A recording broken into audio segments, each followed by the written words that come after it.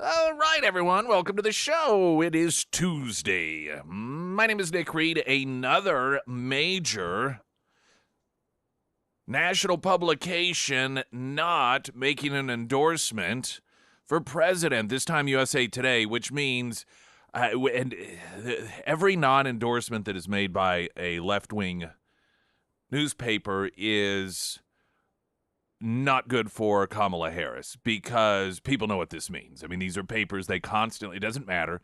They pretend like a lot of thoughtful analysis goes into it, and we really weighed both candidates. Surprise! We support the Democrat. It's just always a shocking revelation that people become very accustomed to. But you've got a number of papers, the USA Today being the latest, LA Times, one of the others, the Washington Post, all left-wing, of course, not making an endorsement. And that's, for Trump, that's as good as endorsing Trump. To stand back and be absent in this thing.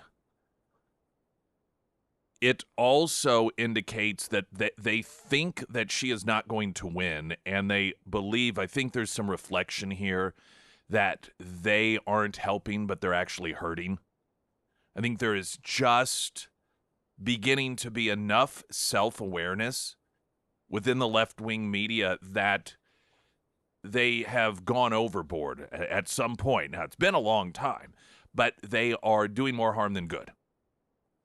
The more that they push, the more hysterical they become, the more heavy-handed that they are, the less likely people are to take them seriously. This is part of the reason that the whole Hitler-Nazi thing just isn't working.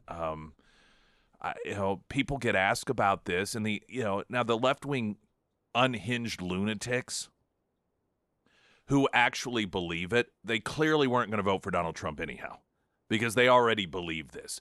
The only people that the Nazi rhetoric is effective on are those that are already hysterically unhinged. And it doesn't do anything in terms of movement other than make them more likely to, try to assassinate Trump. But it's not like they're in the undecided column. They think Trump is Hitler. And then when they hear it over and over again, they're like, well, I guess I won't vote for Hitler this time. It's only appealing to fuel that psychotic hatred of the base. And it, frankly, turns a lot of other people off. It's a loser. And people who run these publications, I believe there's probably a combination of reasons that they're making these moves. One, they don't want to go down with the ship.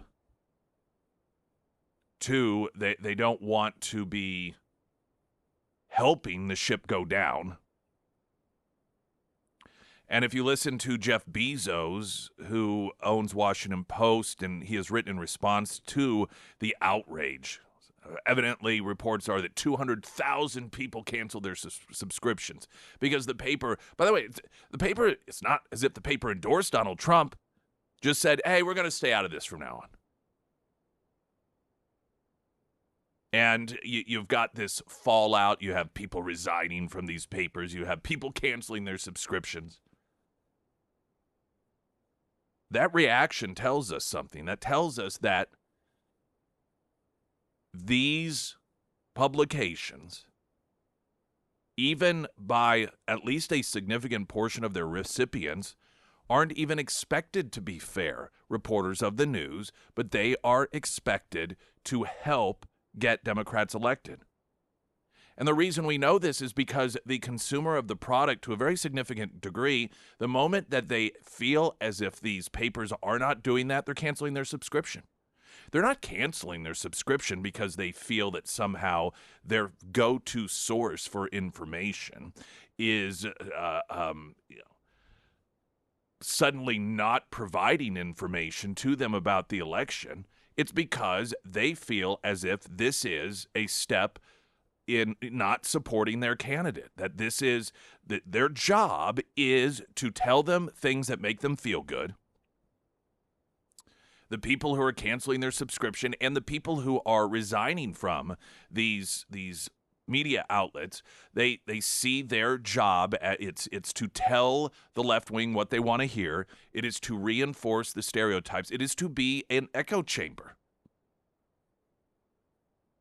And the moment that they signal, for whatever the reason may be, even if it's to potentially help Kamala, because, again, they feel as if maybe they're doing more harm than good to the average person, that still is not enough to a significant portion of their readership.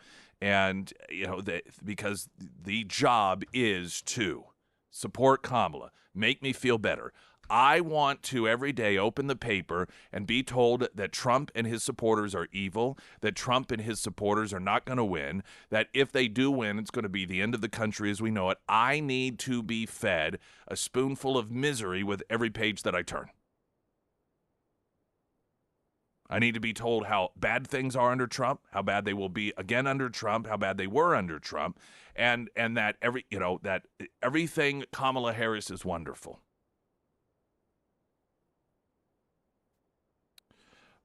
And the reaction tells us so much about what has occurred. And this isn't Bezos he's written this op-ed piece about how this is a move for the Washington Post anyhow, because people see the paper as being biased, and so this is a move to move away from that. Well, it doesn't change whether the people writing the articles are biased. It just changes whether or not they advertise it. I frankly think that endorsements from newspapers and media outlets are pretty helpful because it lets you know whose side they're on. When you read stories and they're covering the candidates, knowing which side they're on, knowing whom it is that they're rooting for, knowing whom it is that they want you to vote for, that's pretty helpful. It gives you a little insight into, do I really want to trust their perspective on this story? So I think it's a great thing when they signal whom it is that they want you to vote for. But simply making this sort of surface change, I mean, if the media in this country wants to be trusted once again, it is not something that can be changed with this symbolism of, well, we just won't tell you who we support from now on. You'll have to figure it out by reading the stories, though that won't be too difficult. I mean, it is going to take a very long cultural change, and just even in journalism schools. I mean, it's not simply the papers themselves or the news outlets themselves. It's the university systems in this country and the way that journalism is taught. It's not as if we have journalism schools in this country that are churning out these actual true journalists that are able to separate their personal opinion from what is actual news and put out objective news without injecting their own personal bias. And then they get hired by a newsroom and bam, suddenly they change. They're going into those newsrooms that way. They're going into the editorial boards that way. This is a very serious, deep, widespread problem that journalism has in this country, and it certainly is not something that people are going to suddenly start trusting that culture because no longer are they giving endorsements. Springfield's Talk 1041, latest news update.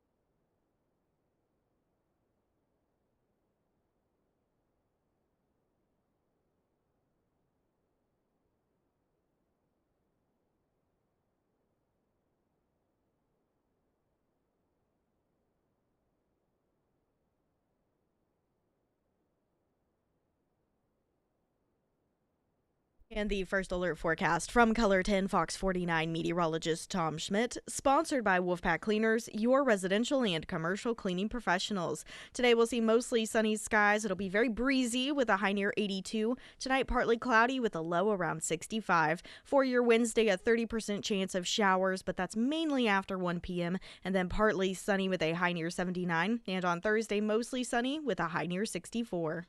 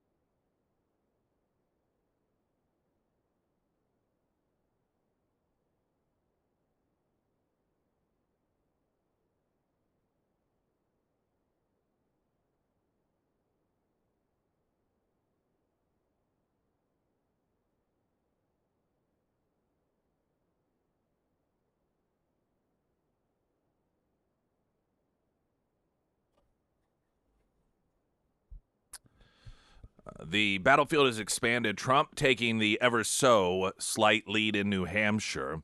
Now, the reason this is significant is because it's been a very, very long time since a Republican has won New Hampshire. Former President Donald Trump leading Harris in a New Hampshire poll, a state considered safe in her column just a week ago.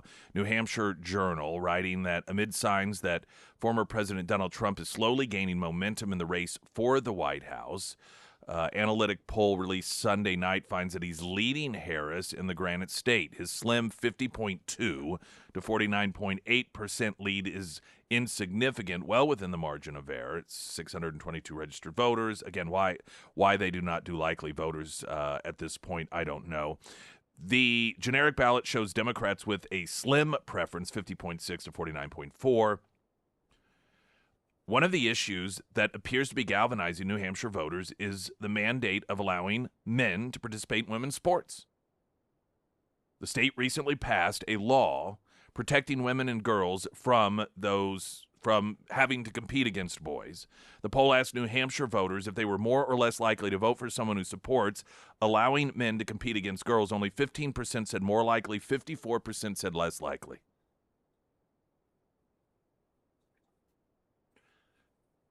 Now, let's not forget that Democrats claim if you are opposed to this, you are some extremist nut job. That is their positioning on this. If you are opposed to forcing girls to compete against boys, you are a transphobic, right-wing nut job that is the reason that trans kids kill themselves. And they do this in order to silence the majority. They do it to silence normal people.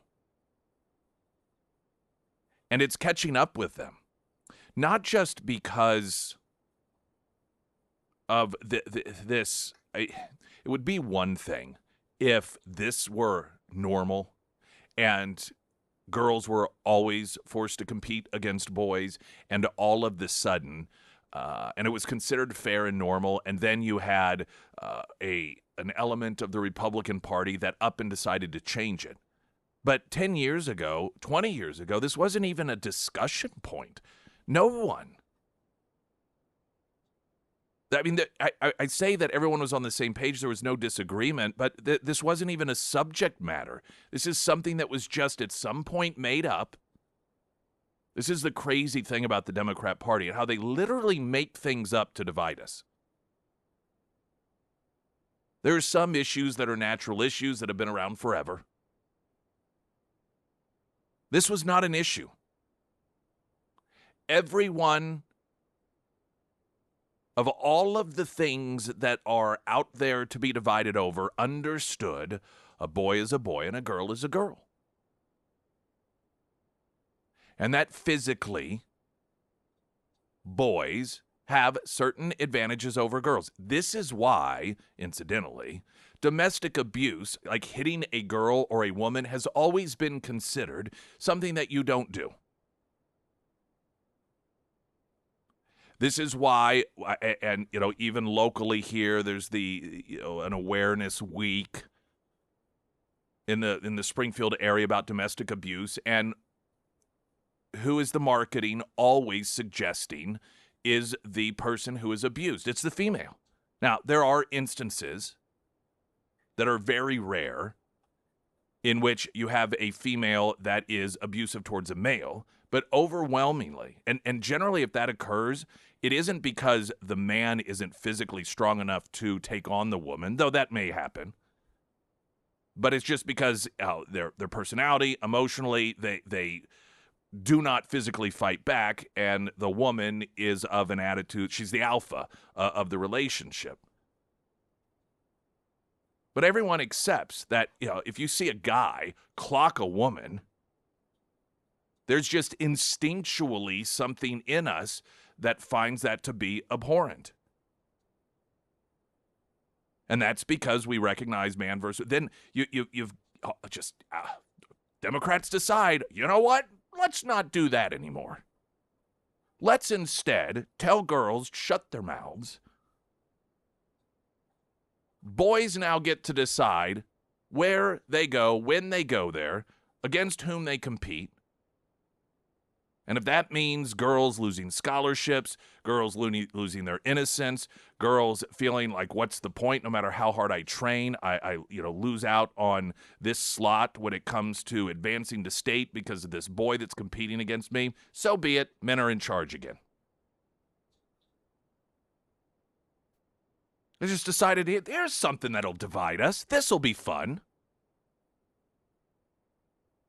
But no matter how much propaganda you push and how much hate you spread around, falsely accusing people of being responsible for trans kids killing themselves, there are still certain truths that exist. And there's certain truths that you just can't deny. And if Trump manages to win New Hampshire, listen, this is not an issue isolated to New Hampshire, incidentally. Now, it's front of mind for a lot of New Hampshire voters because it's something that they voted on in order to protect girls. But I suspect that there are a lot more people across this country that otherwise might be on the fence to some degree, but when they hear about this insane anti-girl, anti-woman push by the Democrats in this country, that's enough to make them go, I don't think so. And you got, a presidential candidate who supports forcing taxpayers to pay for sex change operations for people who aren't even in this country legally in the first place, and then commit crimes like rape or murder. That's nuts.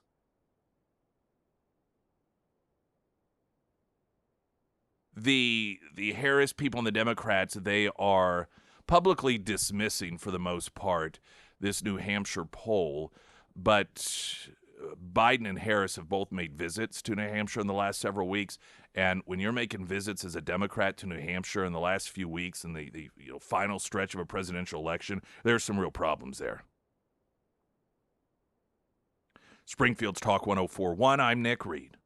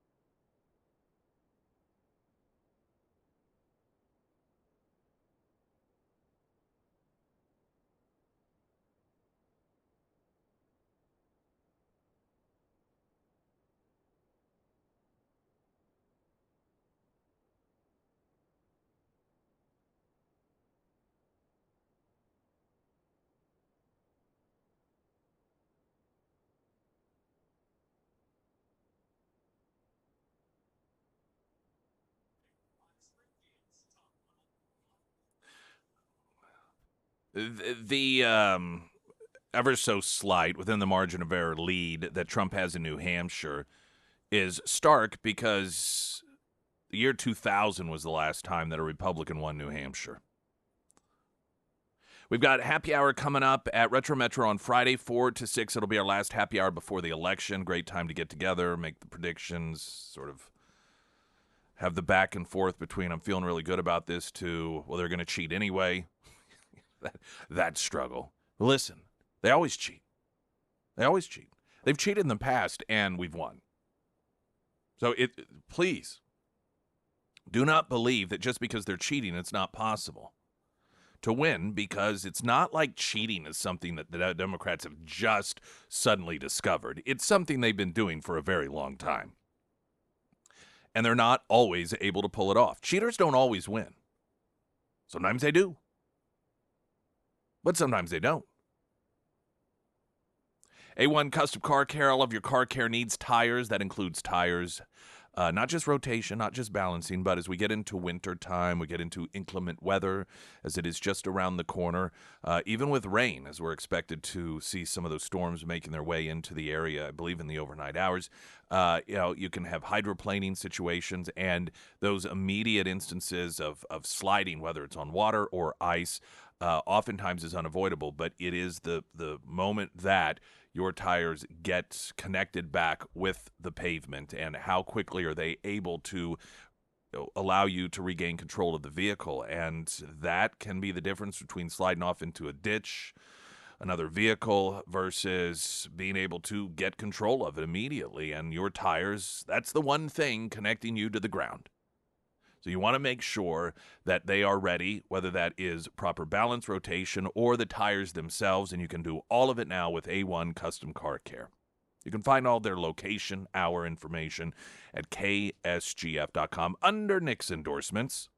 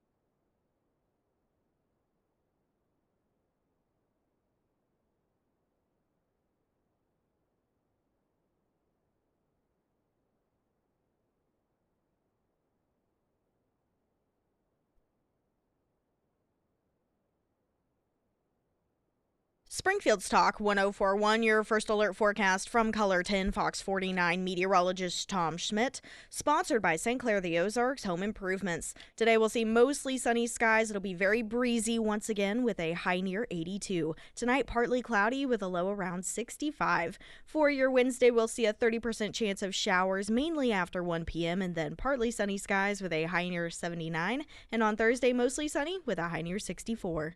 Pyramid Roofing Company talk and text line 447 KSGF. Let's go to Fairgrove. Marshall, welcome to the show.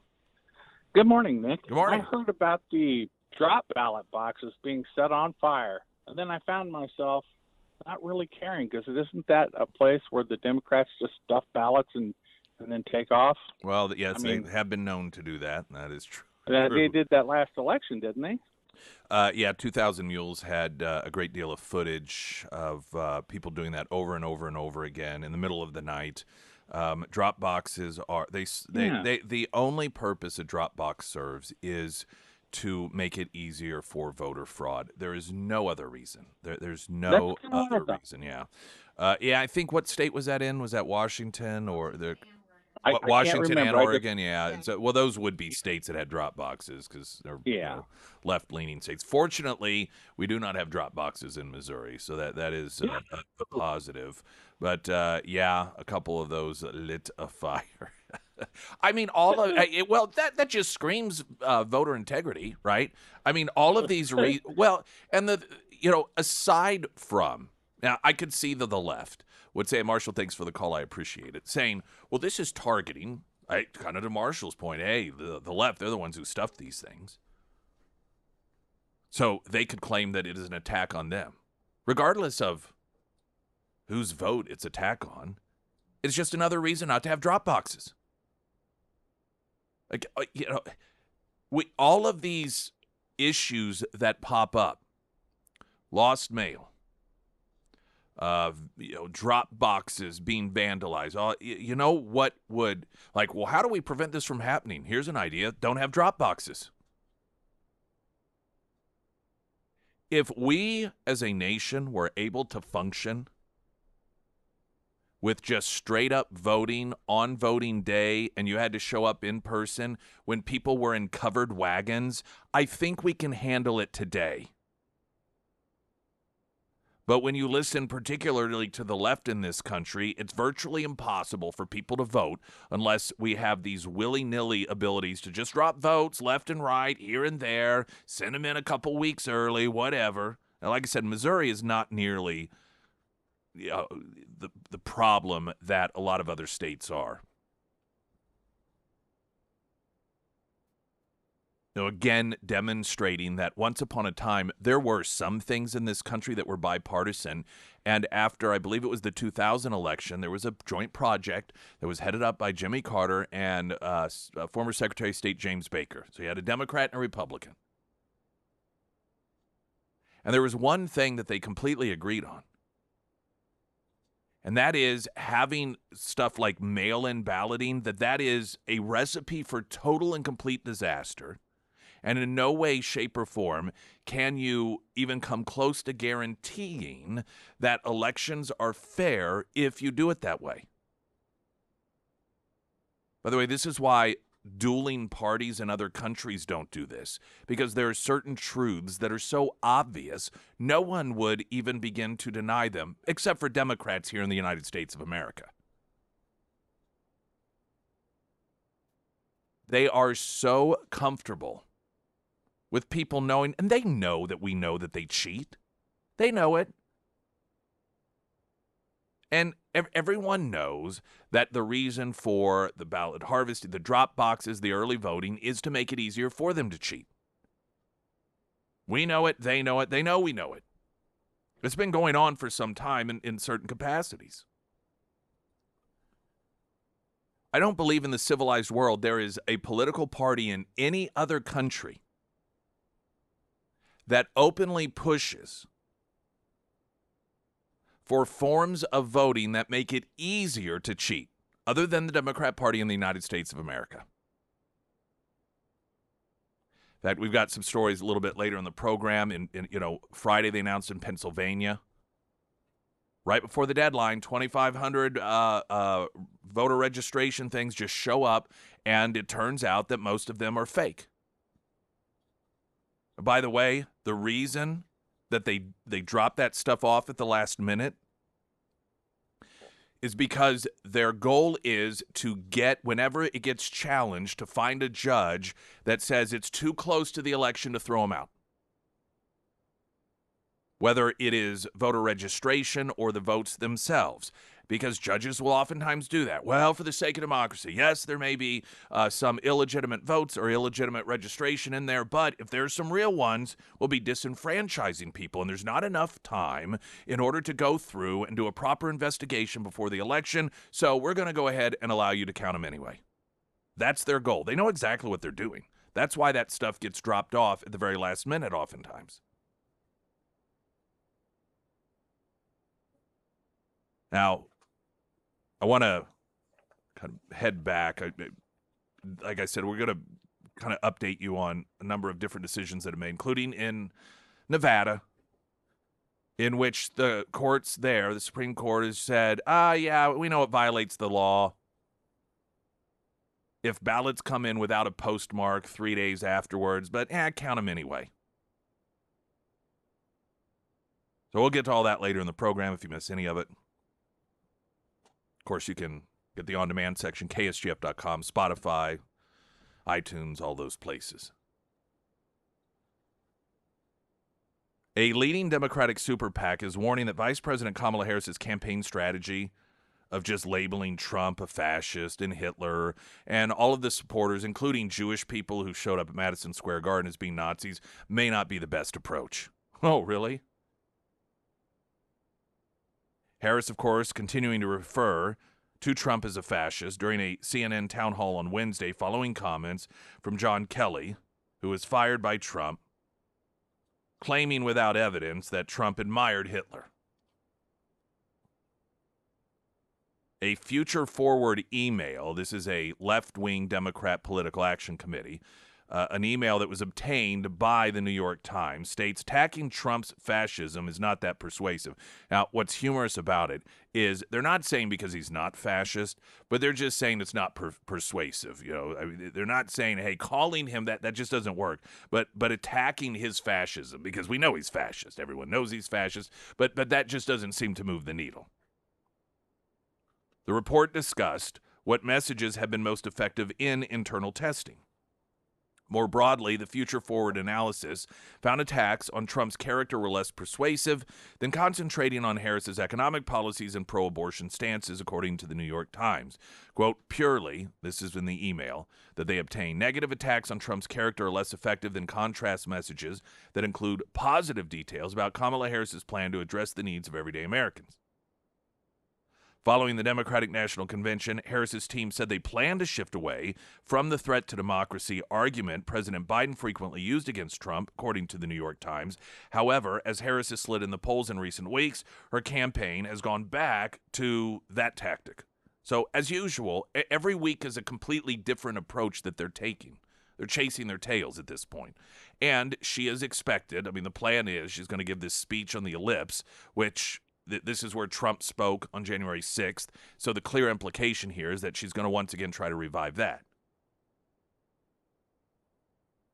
A Future Forward is the single largest super PAC in American politics, controlling $700 million war chest that includes multi-million-dollar donations from LinkedIn co-founder Reid Hoffman and former New York City Mayor Michael Bloomberg.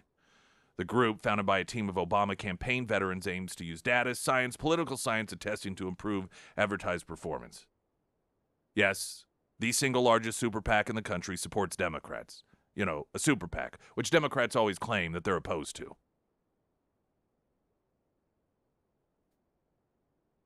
Now, this isn't a surprise to people who have followed Kamala Harris's political career when she is actually having to run in a general election that is in California. And that is, it's completely reactionary, almost on a daily basis. Let's call Trump Hitler. Well, that doesn't seem to be working. All right, well, let's try and talk about our economic policies. Well, that doesn't seem to be working. Well, let's have her do some more speeches. Well, that doesn't seem to be working. Let's do less of those. Maybe we'll do sit-down interviews. Okay, that quit working. Let's not do. Let's go back to calling them Nazis again. It's a pivot every day. It's reactionary. And the takeaway from that should be a reflection of how it is that the Democrats, both when Biden was running and sometimes, though there is no overriding campaign theme for Kamala Harris, because that's the point, she's shifting all the time. But the big selling point has always been about Trump being erratic, Trump being unhinged, and there's Kamala Harris, and Joe Biden was the same, the steady hand. We need a steady hand. Does this look like somebody with a steady hand who's on a daily basis changes campaign tactics? At any given moment, okay, let's go back to doing this. Well, that doesn't seem to be working after 24 hours, so let's try this over here. Well, that's not working either, so let's go back over here and try this. Is that leadership?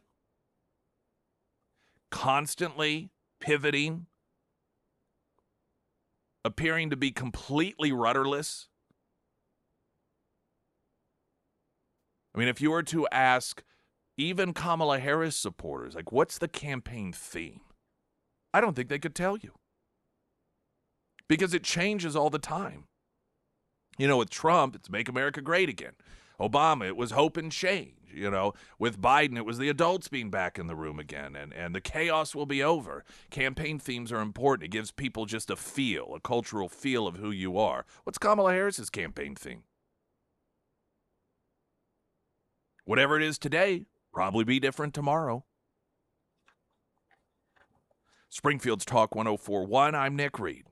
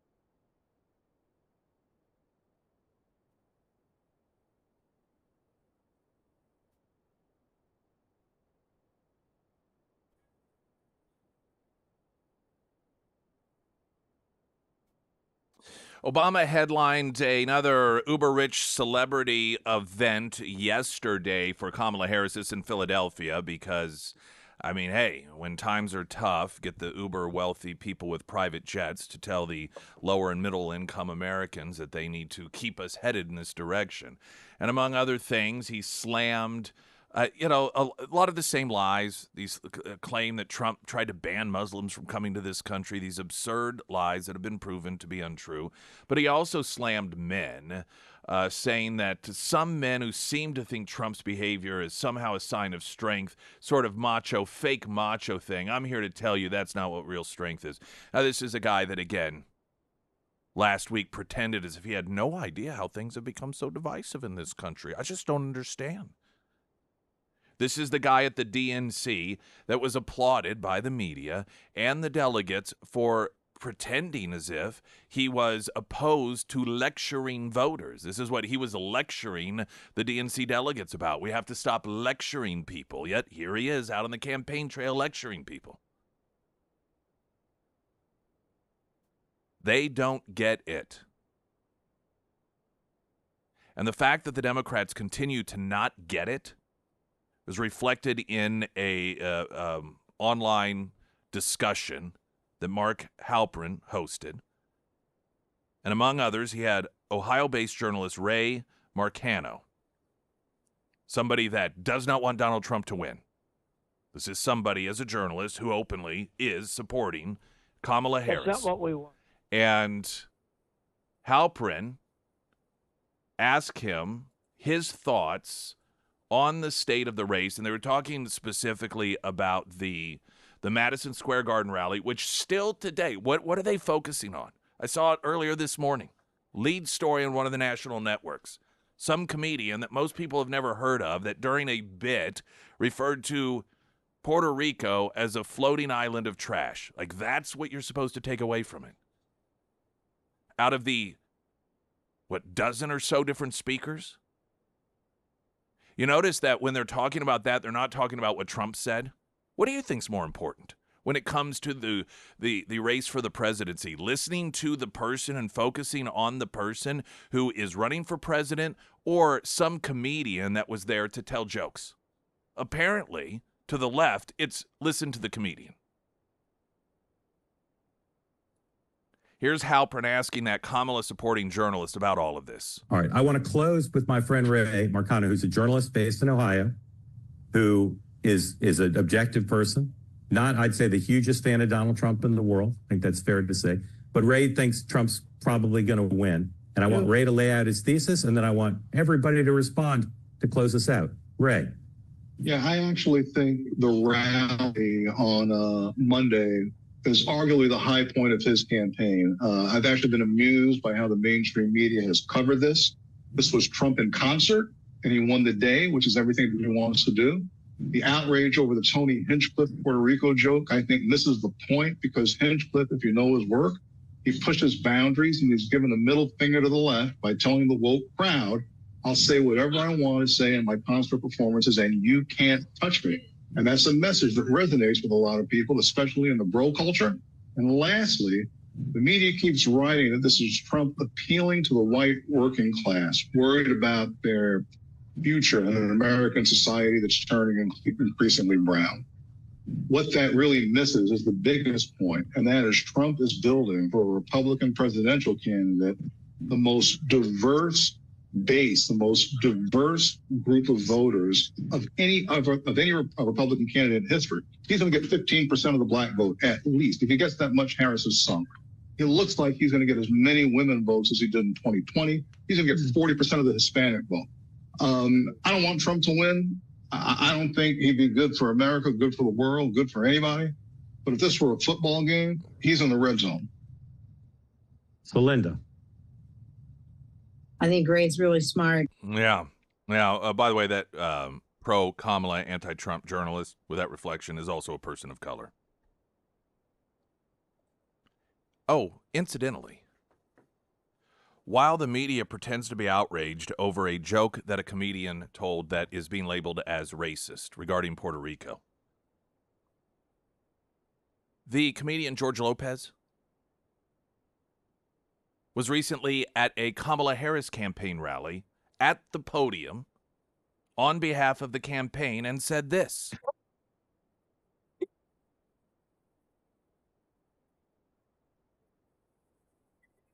One day, because if you leave that material out there overnight, And then he pretended to look around as if, everything would have been stolen. It's just remarkable that there's no outrage. Lopez here suggesting that Mexicans are thieves. That if, you're going to build that wall, don't leave the tools out overnight because those Mexicans will take them. I guess that's not racist. Springfield's Talk 104.1. I'm Nick Reed.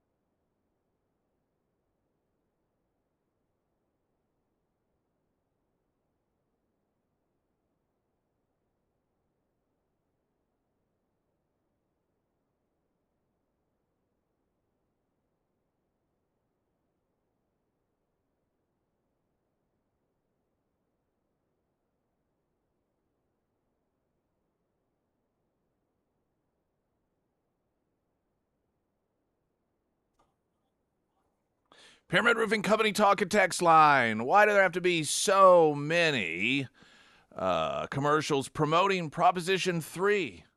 I understand running spots for candidates for both sides of the aisle. However, it's hard to picture motivation for the continual onslaught of Proposition 3 ads on KSGF for any other purpose than financial motivation by the station or free speech. I mean, we just don't censor.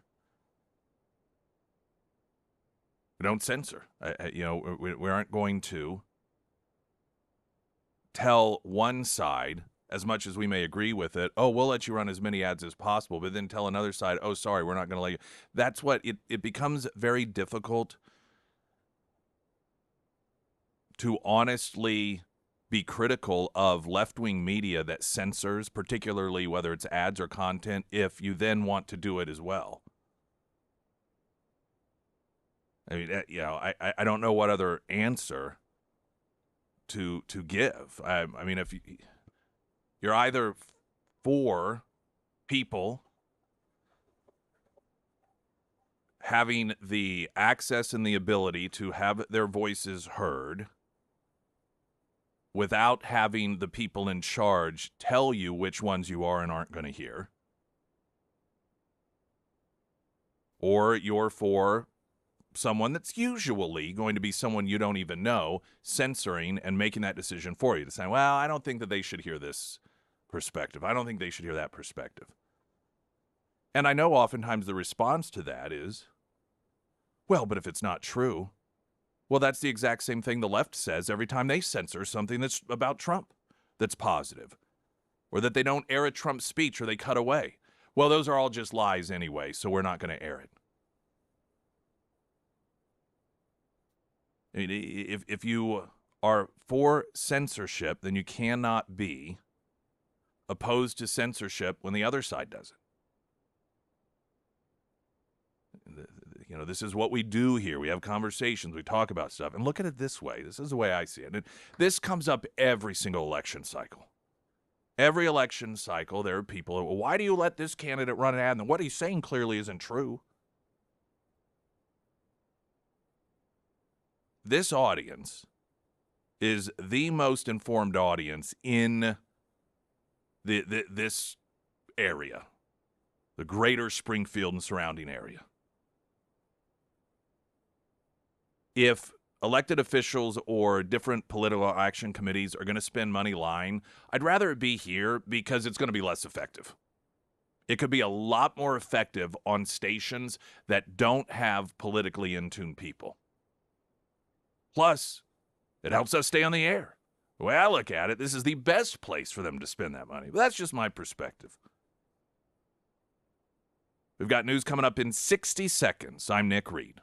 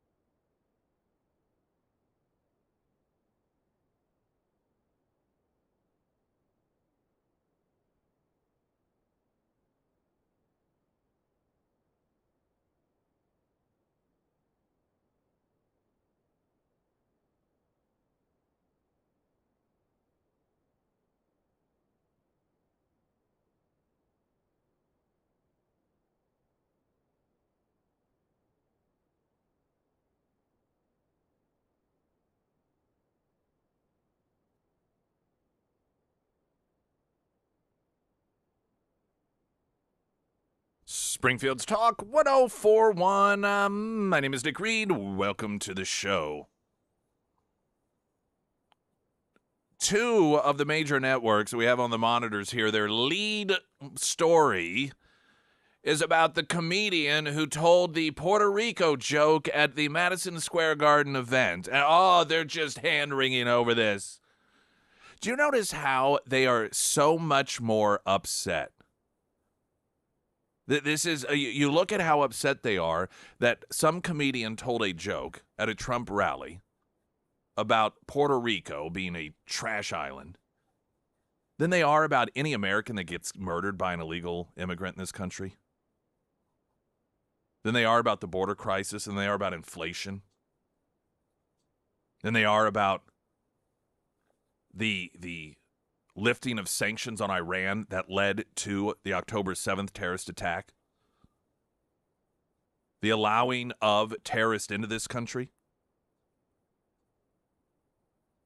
The fact that you have a lot of parents that are taking their children out of public schools because they are so overcrowded with illegals being put in the schools that there's no room for their children any longer.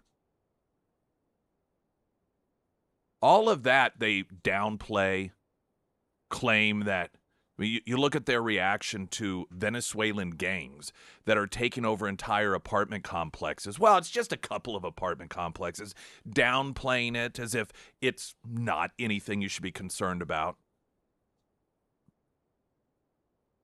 Now, you look at their lack of any concern about all of those very real things in which people have lost their lives, children have been raped and sold into sex slavery because of the policies of this administration.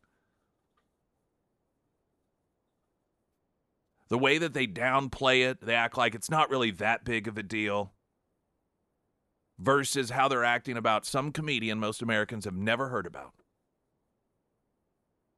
referring to Puerto Rico as Trash Island. Does that tell you how twisted their priorities are?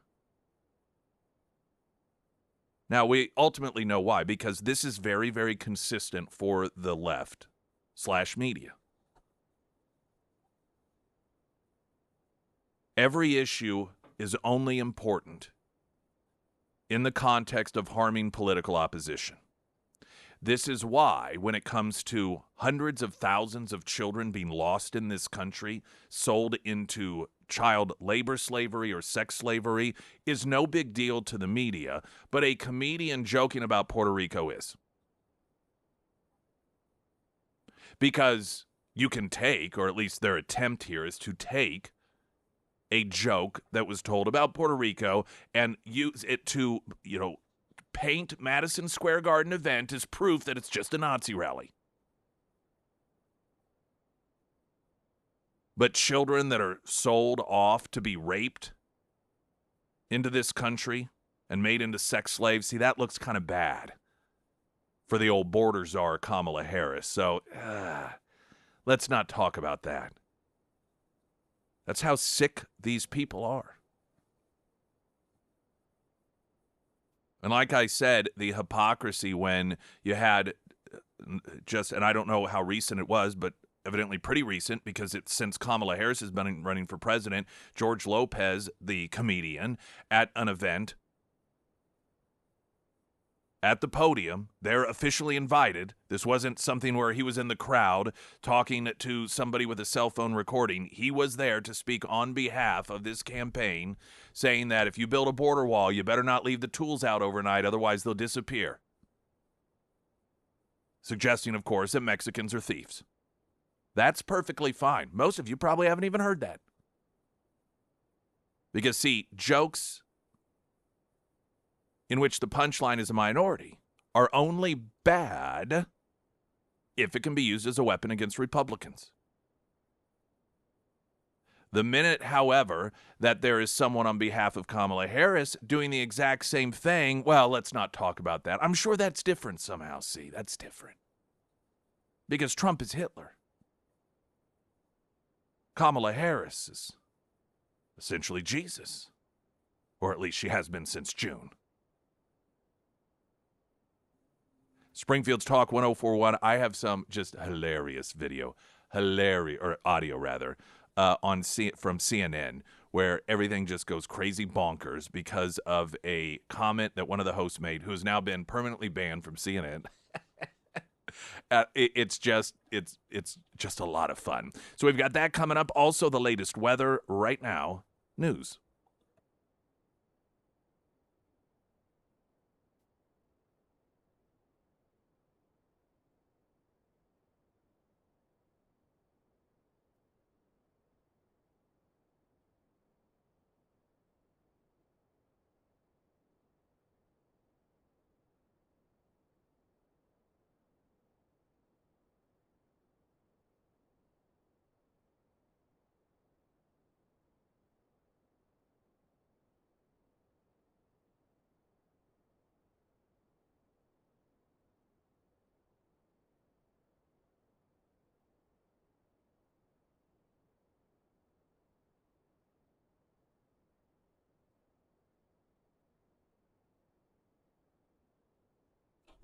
And the first alert forecast from Color 10 Fox 49 meteorologist Tom Schmidt, sponsored by Wolfpack Cleaners, your residential and commercial cleaning professionals. Today we'll see mostly sunny skies, very breezy once again with a high near 82. Tonight partly cloudy with a low around 65. For your Wednesday, we'll see a 30% chance of showers mainly after 1 p.m. and then partly sunny skies with a high near 79. And on Thursday, mostly sunny skies with a high near 64.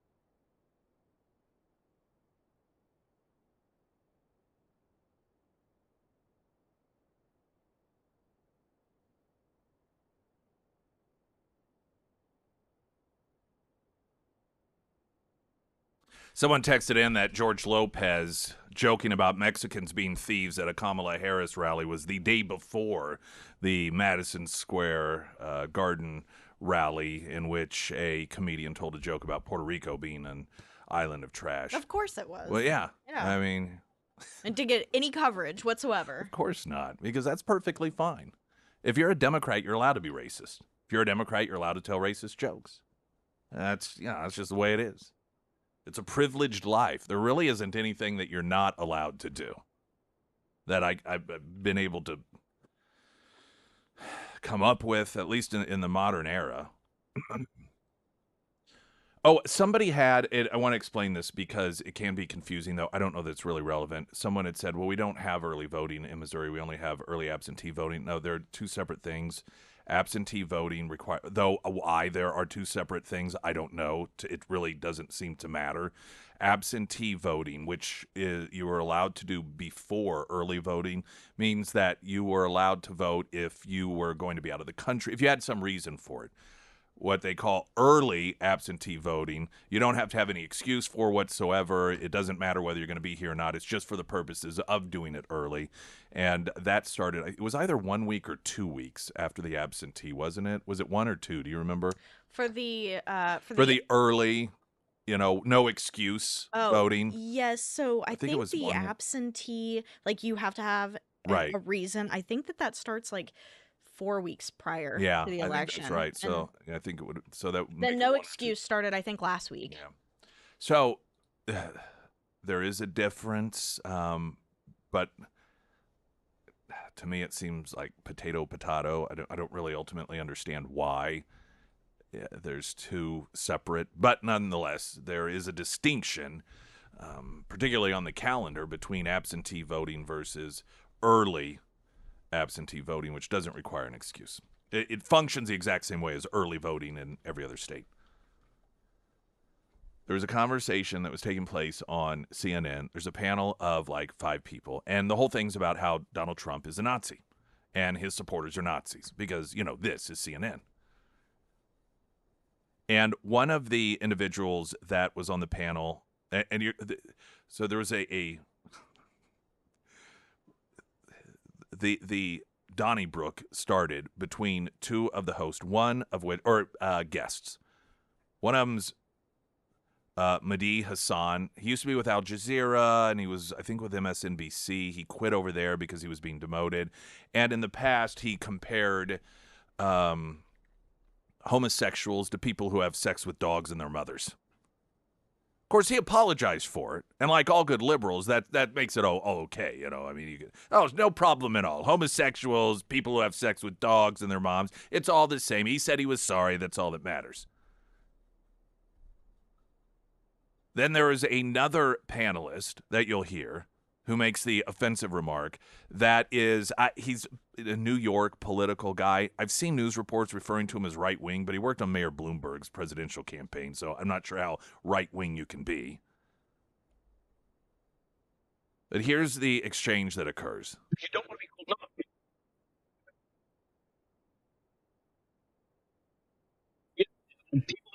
No, by me. I never called you an anti-Semite. I mean, I'm not sitting here saying I don't. I'm a supporter of the Palestinians. I'm used to it. Yeah, I hope your beeper doesn't go off. The thing is that you just say you should not. No, did you just say I should be killed? No, I did not think. Hold on. On live TV. Guys, let me just stop. You said you hope my People beeper doesn't go doesn't.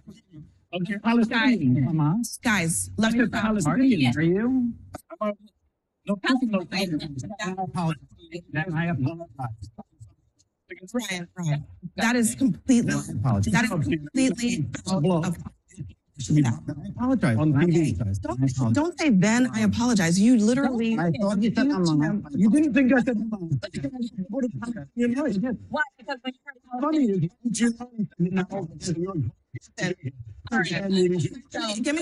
give me one today, and so I did. You should die. You should die. People mean. you should die. People.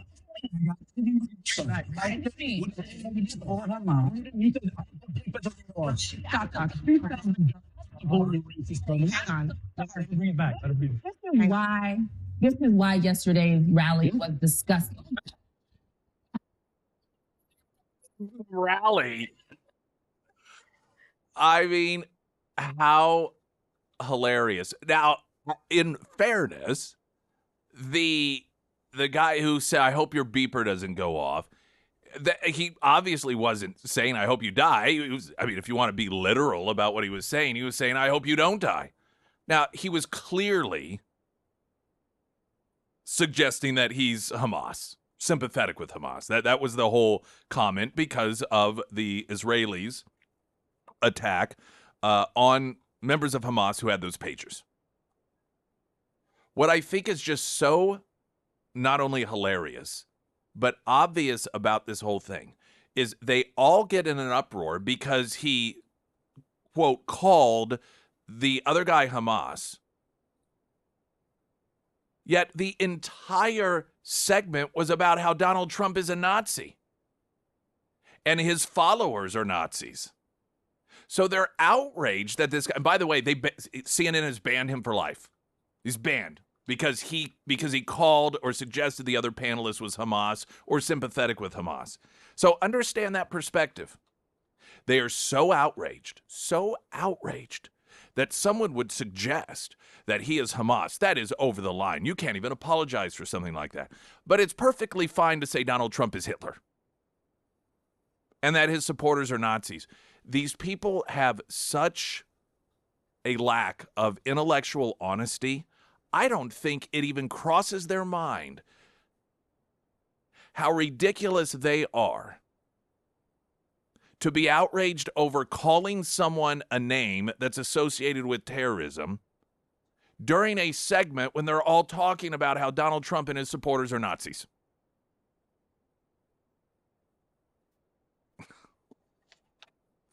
So that commentator is banned from CNN. Kamala had an exceedingly awkward moment at a rally yesterday that I promise you is not edited in order to make her sound like an idiot. She does it on her own. That next, I'm Nick Reed.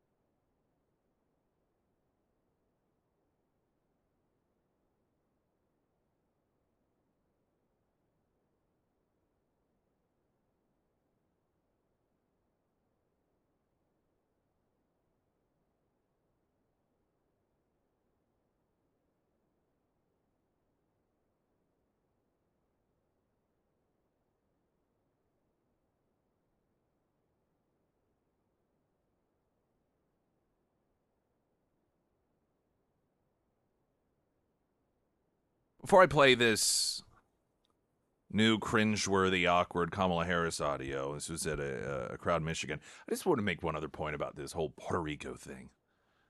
Why is it that we have been told by, among others, Kamala Harris, that people come from countries like Puerto Rico, Guatemala, El Salvador to the United States? What is one of the, there are a couple leading reasons. One, global warming, which is absurd. But we're also told They have no choice. They have to escape where they are currently living because the standard of living, the conditions are so poor, they have no choice but to come to the United States. That's one of their selling points for people who come to the country illegally,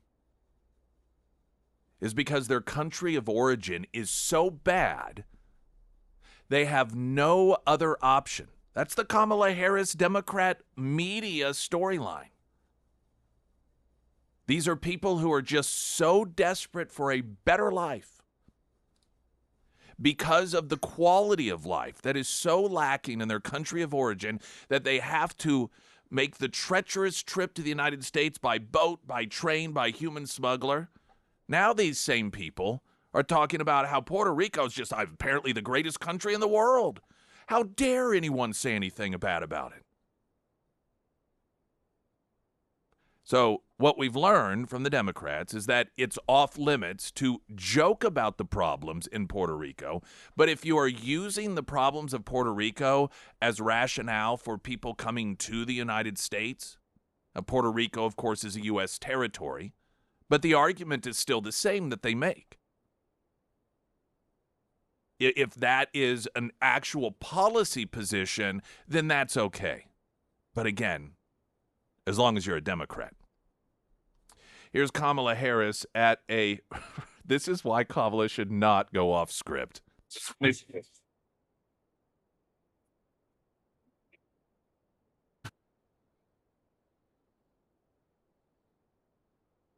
And now I want each of you to shout your own name. Do that. Because it's about all of us. It's about all of us. She's got all these people. She was really caught up in the moment.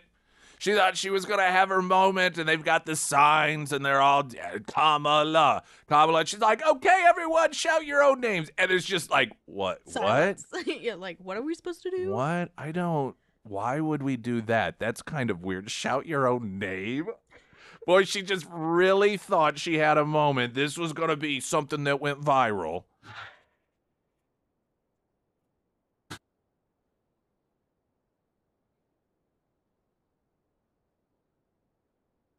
And now each of you to shout your own name. Do that. When did she start laughing like Krusty the Clown? Springfield's Talk 104.1. I'm Nick Reed.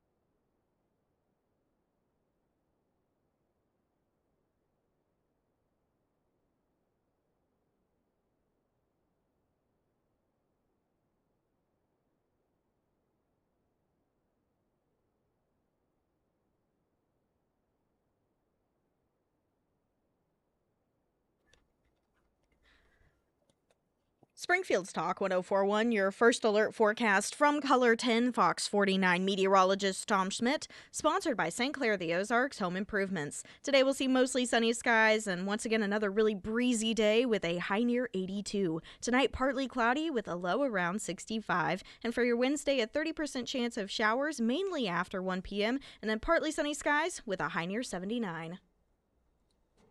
So I have this other bit of audio that it's not the best to hear, but it's still just the point behind it's pretty funny. And what you'll hear is Kamala Harris went to a semiconductor facility, and this was Hemlock Semiconductors, Saginaw, Michigan. And what you'll hear is I don't know why I find this so funny. They're kind of showing her around, like this over here. And then they have this, and you'll see in the video, if you watch the video, we'll get it posted. There's a table, and it's covered up with some sort of protective sheet or something. And he's explaining what it is. And she asks, can I touch it? Which is just so weird. And he's like, no, don't touch it. And then he's showing, and he's talking about, you don't want it's very sharp. And then she's like, and it's shiny. Like, oh my gosh. It's it's a factory, so it's kind of loud. Here is actually a harvested U-rod when we actually do throw it. So this is what it looks like when it comes out. Do not touch it. Yeah, okay. With that being said, and it's shiny. Why would you want to touch it? That's what's weird. Now, if you see the video, it's weird also because it's not like you're at a pillow factory and they're like, we have the softest pillows ever. And you're like, oh, can I feel it? That would make sense. But this is a semiconductor factory and this is a harvested U-rod. And she's like, can I touch it? Why would you want to touch that? It's just weird. Absolute weirdo. Did you have that other audio you wanted me to play? I'm finding an actual better version of it. All right. Sarah wanted me to play audio that she found particularly funny, and it is funny, that I didn't grab, and it's from the rally that she did. I think it was in Houston when people at her rally realized that Beyonce was not going to be singing, and they were lied to once again, tricked again, utilizing Beyonce's name in order to get them to come to an event, and the booing that they do, it's off the charts. There was another Kamala event, and this was Houston on Friday, and they had a bunch of people in lab coats that were there in order to promote the support of women killing their sons and daughters and how important that is. And they're wearing lab coats, so that means they should be trusted. My first thought was I looked at I was just wondering I wonder what they're like, who's got the biggest kill streak, amongst all of them collectively, how many kills had they racked up? They should have some sort of lab coat indicator. You go to Cracker Barrel and they've got on the aprons little stars that indicate how long they've been there. And I don't know if there's some other matrix that requires you beyond tenure to get stars on your apron at Cracker Barrel. If that's something they still do. There's doctors, these abortionists, they should have something that keeps track of how many kills they have. I mean, how are we supposed to know how pro-women they are unless we know exactly how many of them have taken money in exchange for killing the mom's son or daughter? It just seems logical to me. But at some point, someone had a medical emergency, and, it's the traditional, is there a doctor here? And I thought it was so hilarious because essentially the doctors on stage were all like looking at each other. Not a single one of them rushed to help. They're like, somebody else can take care of this problem. We kill people. We don't help people. I saved that audio. We're different kinds of doctors. That's what we are. All right, let me pull this audio up here. So this is at the Houston rally on Friday when the attendees of the Kamala Harris event realized that they had once again been tricked into thinking that Beyonce was going to be performing. See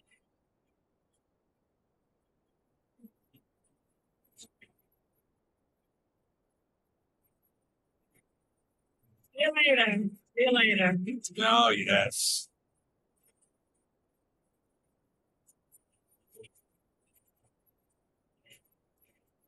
How dumb are these people? And it went on for Oh, yeah. way longer than Yeah, that. no, I heard audio. I mean, it did. It kept going because they're booing as they're And then what does she do? Instead of, and this is just the typical response of Democrats when people that they are courting for votes turn on them, and that is to turn against them. They don't, oh, hey guys, hey, or we're sorry, or even try to ignore it. She's like, bye-bye, all of you people that we tricked into coming here that I hope vote for me. Bye-bye, see ya. Don't let the door hit you on the way out. Now, how many of those people that showed up because they were led to believe they were going to see Beyonce perform, how many of those people do you think now they're going to really get out there and vote for Kamala Harris, especially as she mocks them while they're leaving because they're not getting the concert they thought they were going to get? This gal is, she's an idiot. We've talked about the complete flip that has been done in terms of the culture, the attitude, the personality of the two political parties. And back in the 90s and up until Obama, Democrats were the cool, young, funny, hip, sense of humor political party, and Republicans were the stuffy old guy, the Bob Doles and the John McCain's, and even Mitt Romney, though he's a little relatively younger, just the very square, unfunny, and all of that has been completely flipped. But I've realized there's another stereotype that has flipped as well. And for the longest time, the left had done a good job of casting Republican presidential candidates and presidents as being dumb, right? Ronald Reagan was an idiot. They would portray him as an idiot. George Bush was an idiot. Donald Trump is an idiot. He's a lot of other things too, like a Nazi. But that is a character trait that they had always had a pretty good ability to characterize the Republican candidates for the presidency, that they're not really all that smart. I mean, look she was vice president, but Sarah Palin. Do you read books? They ask these questions coming from a perspective of clearly you're an idiot. But now you look at Kamala Harris. She is an idiot. She is an idiot. Now, Biden, prior to the cognitive decline, he was an idiot in a number of ways, maybe not the traditional idiot, but he did a lot of idiotic things. He's got medical issues now, so it isn't really fair, I'd say, to call him an idiot. Medically, he's, like I said, he's got some problems well beyond his control. Kamala Harris, she's just an idiot. And the difference between Kamala Harris being an idiot and the characterization that former past Republican candidates or Republican presidents were always the idiots is she really works hard to earn it. I mean, she is in overdrive on a daily basis, and I just cannot even begin. We try to fathom what it would be like to have her run the country. You've got, potential of nuclear war. You've got countries trying to take advantage of the United States, countries trying to bring down the United States, and this idiot? Really? Is this really what we want to do? And not to mention setting women back how many years? Because there are a lot of people that wonder, well, I wonder what the first woman president will look like. Let's give it a shot. This is what you want the result to be, is her after 4 years? Not exactly going to be a ringing endorsement to have a woman in the White House. Of all the options that are out there of brilliant, capable women, this is the one? What an embarrassment. Pyramid Roofing Company talk at text line 447 KSGF. I'm Nick Reed.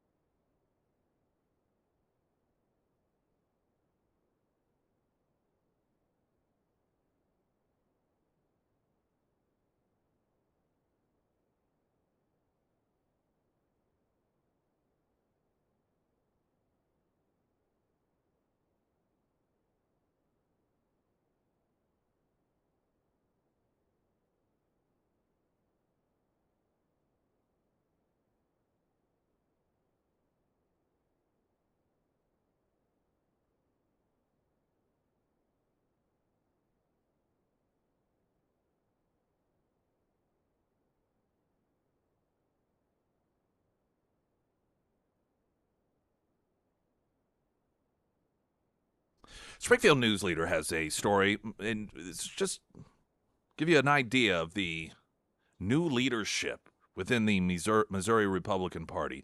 Missouri GOP leader says legislature must respect outcome if abortion amendment passes. So you have the Republican Party, which is, now this is State Representative John Patterson. Most of you probably not heard of this guy. He's a Lee Summit Republican. He's expected to become the next House Speaker in Missouri when the legislature returns in January. And he's already surrendering.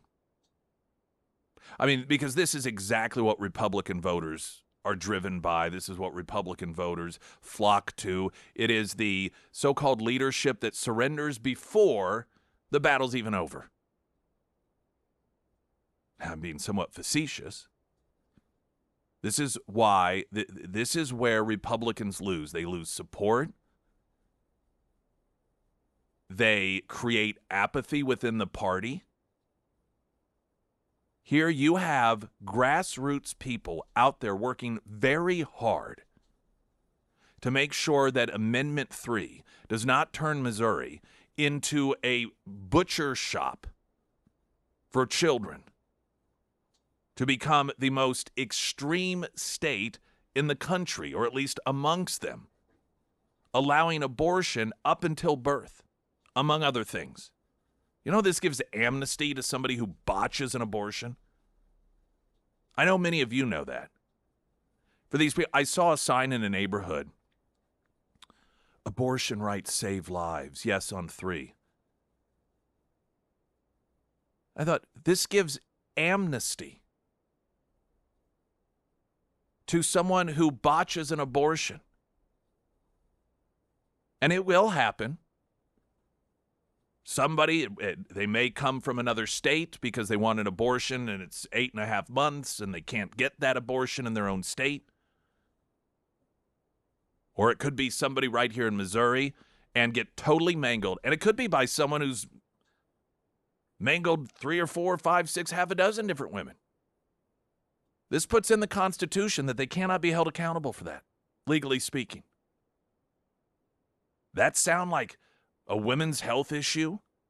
That somehow is beneficial to women's health? And now we've got this John Patterson, who's expected to become the next House Speaker, already saying, hey, just so you know, if this passes, I'm good with it. That's the way it's going to be, law of the land. We need to respect that.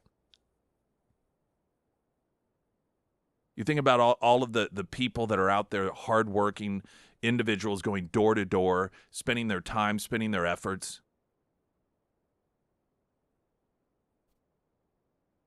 Now let's juxtapose that to the Republican Party's attitude about respecting the vote when it came to the gas tax. More than one occasion, Missourians were asked, do you want to pay more taxes? And Missourians said no. Well, they didn't like that answer, so let's have another go at it.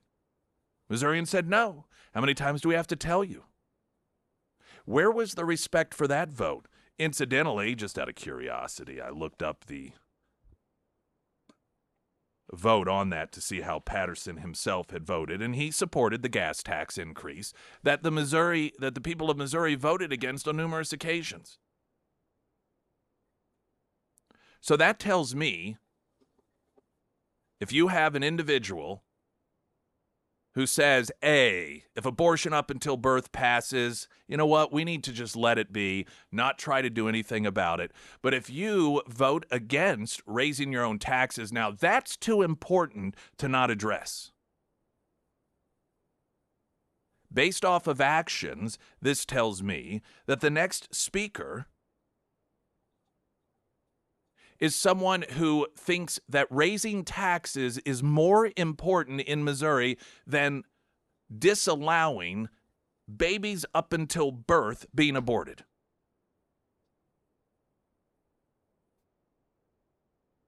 This is, I don't. What do you say? Incidentally, he also, let's see here. There was a piece, KBIA, Missouri House Speaker to be John Patterson took unusual pathway to power. And they note in their story that Patterson's ascent to leadership is also unusual because he's taken policy positions that divert from the rest of his caucus, being one who voted against barring transgender minors from accessing puberty blockers and hormone therapy. So in other words, he sided with the extreme left to allow sickos to coax young children into taking and ingesting chemicals that will irreversibly damage their bodies. And of course, he couches it as, well, that's between the parents and the kid. I mean, we don't want to have government interfering in that. We have laws, most of them, which are pretty bipartisan, in place against child abuse. Just because you are a parent doesn't mean you can pour boiling water to discipline your child. There are certain laws that we have in place that are there to protect children from abuse. We don't say, well, I mean, that's a parental rights issue. If, some parent wants to beat their kid with an extension cord to an inch of his life because, he spilled milk, who are we to get involved? That's between the parent and the child. This idea of allowing psychopaths to convince young people, particularly those that are going through legitimate psychological issues, that they will kill themselves if they don't start injecting themselves with this irreversibly damaging, substances, that should be allowed in this state? I mean, if we're going to allow that to happen, then why have any laws at all protecting children from abuse? So this is the next House leader in Missouri, Republican, supported fighting back against Missourians who on numerous occasions said we don't want a tax increase. But when it comes to this horrific abortion, transgender, severing of parental rights amendment, that he says, well, we should just let it lie if it passes.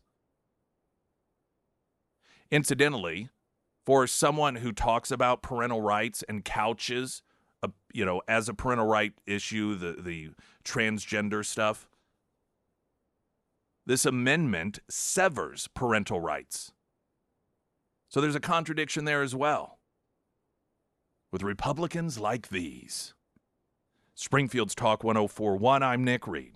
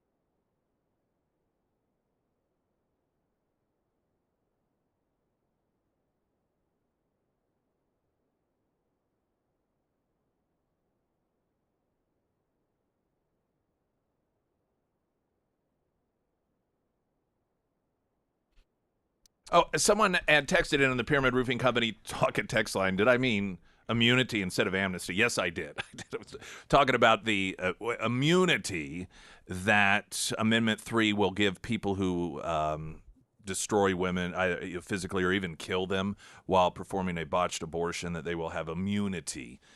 So that's really supporting women's health, isn't it? I mean, Jiminy Christmas. How much more extreme can you possibly get? It's almost as if they're like, let's just see how much we can get away with. There's been an update on the Lucas Kuntz, challenger to Josh Hawley for U.S. Senate. Again? Shooting a journalist. I sent this to you. Didn't I texted it to you? Because you texted back, it's the gift that keeps on giving. Oh, okay. I wasn't sure this. Yeah, no, this is an update. This is an update. Gun range sure. organizer says reporter got shot because he and Kuntz didn't listen to the safety advice. Yep, that sounds about right. Mm-hmm. Chad Everett Downs, the man who claims to have set up the gun range and who has told reporters that he lives across the street from the range, commented on a story about the incident in a Facebook group. He said he was there and that Kuntz and the reporter did not listen when they were told where they should stand while shooting. Downs, who may not even be allowed to own a firearm due to felony charges, then said it was perfectly normal to get hit with fragments while shooting steel. Missouri court records show he was charged with 17 counts of felony perjury in August, and so we've talked about this in the past. That's not a relevant part of the story, I'd say, although it's just further. It's just the further circus of this situation. After a user asked if Downs was the person in the picture with Kuntz and a KSHB reporter, Downs replied by saying, quote, "Yeah, those dudes were told where to stand. They didn't listen." Downs said, when you shoot steel, you're always going to get frag. I've probably been hit 250 times. He then started arguing with another member of the Facebook group saying, so behind the firing line is bad. Yeah, your training sounds pretty intense. And anyway, there was arguing back and forth. So what you've got here now, and this is the latest development of this saga, which began with Kuntz almost showboating the fact that he was tending to somebody that was shot at this range. Kuntz, according to one of the reporters, blamed the owner of the range, saying, hey, we were just following their safety protocol. And now Chad Everett Downs, the man who claims to set up the whole thing, is contradicting that, saying, no, I told them, you guys need to stand back here, and they just refused to listen. Boy, I mean, it's like 6 or 7 press releases the Kuntz campaign sends out every single day, but none of them really talk about this so much. I wonder why that is. What could possibly be the next shoe to drop there? Well, they're having a debate on Thursday. Oh, are they really? Yeah. I would just keep bringing it up. You're not going to shoot me, are you? If I were Holly. Like, now, there is reporters in the room. Yeah. All of y'all need to stand back. Holly should walk out on stage wearing a bulletproof vest. That's what I would do, and not even say anything. Just have it on over his suit, and just walk out there. And then if anyone says anything, act like, hey, just you never know with this guy. Better safe than sorry. That's interesting that Holly's even bothering to do one. I heard reports about how Kuntz is, outraising Holly by a large degree. And he does. He's got the really rich Hollywood celebrities that are campaigning for him. But, I don't know. You start shooting reporters and then blaming everyone else and don't take responsibility for it. I don't know. I don't know if all that fundraising is going to help you too awful much. In the upcoming hour, I want to play some audio. Joe Rogan talking in a subsequent podcast about his podcast interview with Trump. And that was the first time he'd ever really had a conversation with Trump. And so some of his other people were, asking him questions about it. And I thought there was some interesting tidbits in that. Plus more, I'm Nick Reed.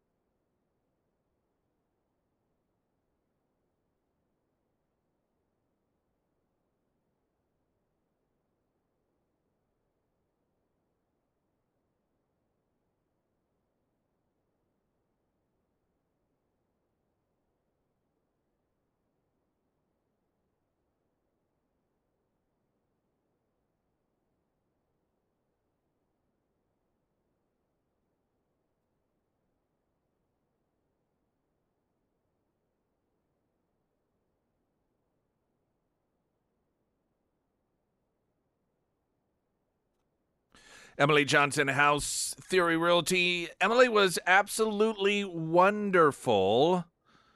She took what to us was a terribly complicated process, made it so easy. She was so knowledgeable, efficient, caring, kind. The real estate process was effortless. I would recommend her to anyone for all of their real estate needs. Another St. Emily at House Theory Realty was able to guide us from house prep to close. Her knowledge helped us sell our house fast and for more money. The process went smoothly. If you are needing to buy or sell your home, give her a call. That's Emily Johnson, House Theory Realty. And you can find all of her information at ksgf.com under Nick's endorsements. She's awesome. Totally awesome. She's the best. Someone had asked, and I want to answer it because it is a good question. And it has to do with Amendment 3 and the... I'll read to you part of the question. I read what is proposed, and I'm needing some help translating where the concern comes from regarding healthcare workers, not necessarily doctors, but anyone involved in the care of a child's health can advise them to have sex-altering surgeries or access to the chemical injections. What part of the amendment is opening that door? And it's one where it doesn't refer to as licensed doctors, but instead as healthcare professionals. So this would be anyone that works in the field of what is considered healthcare. In the context of the amendment, abortion itself is healthcare. So this would allow the people who get paid to do abortions or sex change operations for kids or any sort of, specifically the chemical injections, the hormone therapies that can be just as irreversibly damaging as any cosmetic surgery can be. Any of those people that make money off of it would be considered healthcare professionals because, again, by the definition of this amendment, that is healthcare. And those are people who get paid to do it, and that would be the professional aspect of it. And so that's where it is. And it was worded this way, obviously, for that specific purpose, as opposed to specifically noting that it would have to be a doctor that's licensed in Missouri and have those specifics. So that's where it is that door is wide open for anyone that gets paid to work in what is qualified as a healthcare industry, which would include sex change operations and abortion, and that's clearly an area of concern for the patients themselves. At least for some people it is. Those who support Amendment 3 don't seem to have that as a major concern.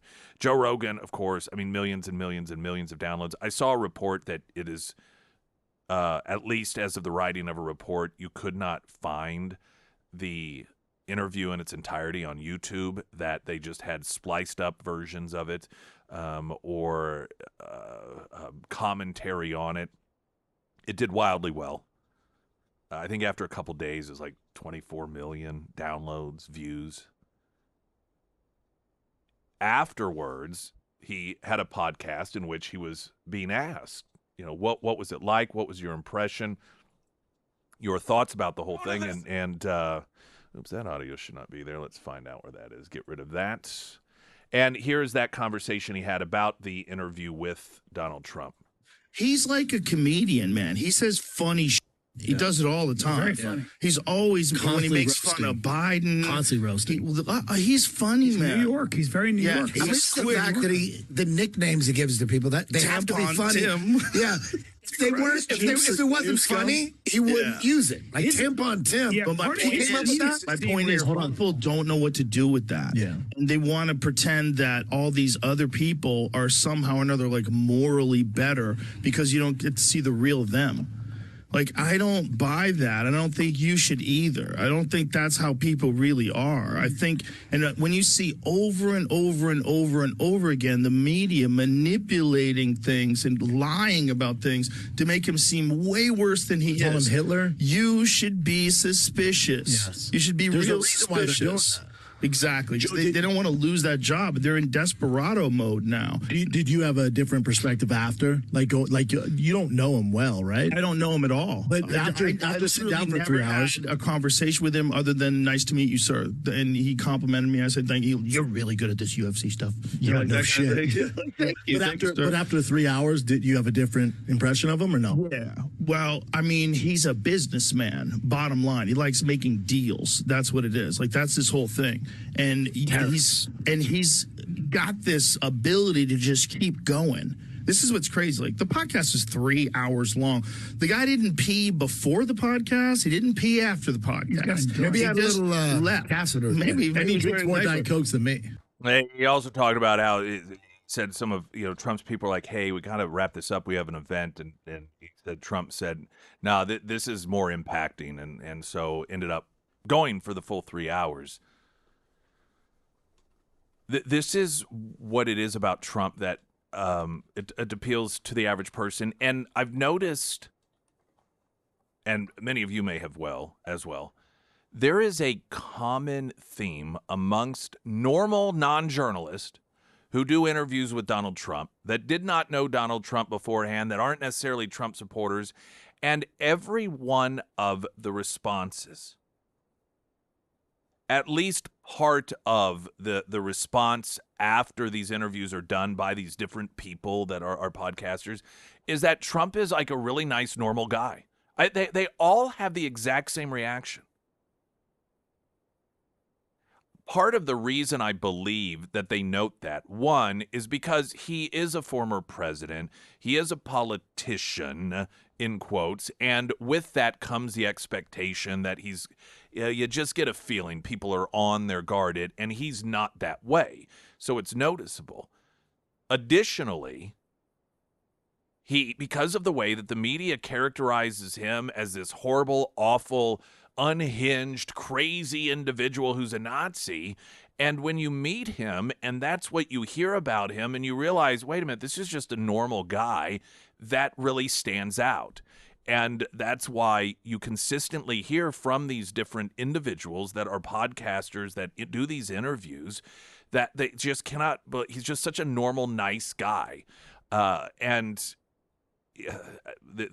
one of the reasons that these podcasts definitely are beneficial for Donald Trump. You can add into that mix the fact that Kamala Harris is so obviously the opposite. She's fake. There's nothing that's genuine about her. People constantly say, I just don't know who she is. And that is, people infer from that people are evaluating that they don't know where she stands on issues. But I don't think it's just that. It's just that she just seems fake. You don't get a sense that you know who this person really is. And with Trump, that is what he is. I realized that I've never been one that has had a real interest in meeting even I've never met any past presidents. Not that I ever had the opportunity to do so, or any that were currently president at the time. But I've always thought, I guess it would be cool and everything. But to me, you're getting a bit of a presentation in a show. But I realize I think Trump is the one past and perhaps upcoming, again, president that I think I genuinely would like to meet because of the way that people say he's a real guy. And you almost, when you hear that enough and you hear these interviews with him, you feel like you get to know him. Like he is unvarnished. He doesn't have this guard up. And you think, I think I would actually kind of like that guy. And that is something that just cannot be replicated. And it's, again, why these interviews I think are so valuable. It isn't part of it is the interview itself, but when you have people that are followers of Joe Rogan or Leo Vaughn or any of these other wildly popular podcasters, hear their reaction to Trump and hear them talk about how, gosh, he's not this crazy lunatic like everyone said. There's a credibility there that is presented on behalf of Trump, though it's not necessarily done for that purpose. This is just what podcasters do. They talk about their experiences, their interviews, and I think all of that is just so extremely helpful. And, Rogan, he had also said that, the Kamala Harris people haven't said no. They just haven't really said yes either. And he's hoping to still have her on, and he just wants to just talk to her. I'll say it again. What has occurred in this country, podcasters are doing the American people a service that journalists used to do. And that is giving people an honest, unvarnished, unedited, uncensored view of who the subject actually is. When you're talking about in the context of interviews. That used to be the point. You would have somebody who is a journalist sit down, they get an interview, and their hope would be that people would get to see a side of this person that they didn't see, that they could get them to open up, that they could get them to become real. And now, if it's, Kamala Harris, it's about helping her get elected. If it's about Donald Trump, it's about cornering him. J.D. Vance, another example, any Republican, cornering them, pitting them against one another, getting them to admit that they were wrong about this or that. It's all agenda-driven. You have the Joe Rogans and these others who don't have that as an agenda. Their agenda is just really to get to know this guy. And I imagine that people in the world of journalism turn up their noses and sneer at podcasters as these lowbrow individuals that have no concept of what journalism is. But what's sad in this country is they are doing the work that journalists once upon a time did. And they are the ones who are really, truly providing a service to the country. Springfield's Talk 104.1, latest news update.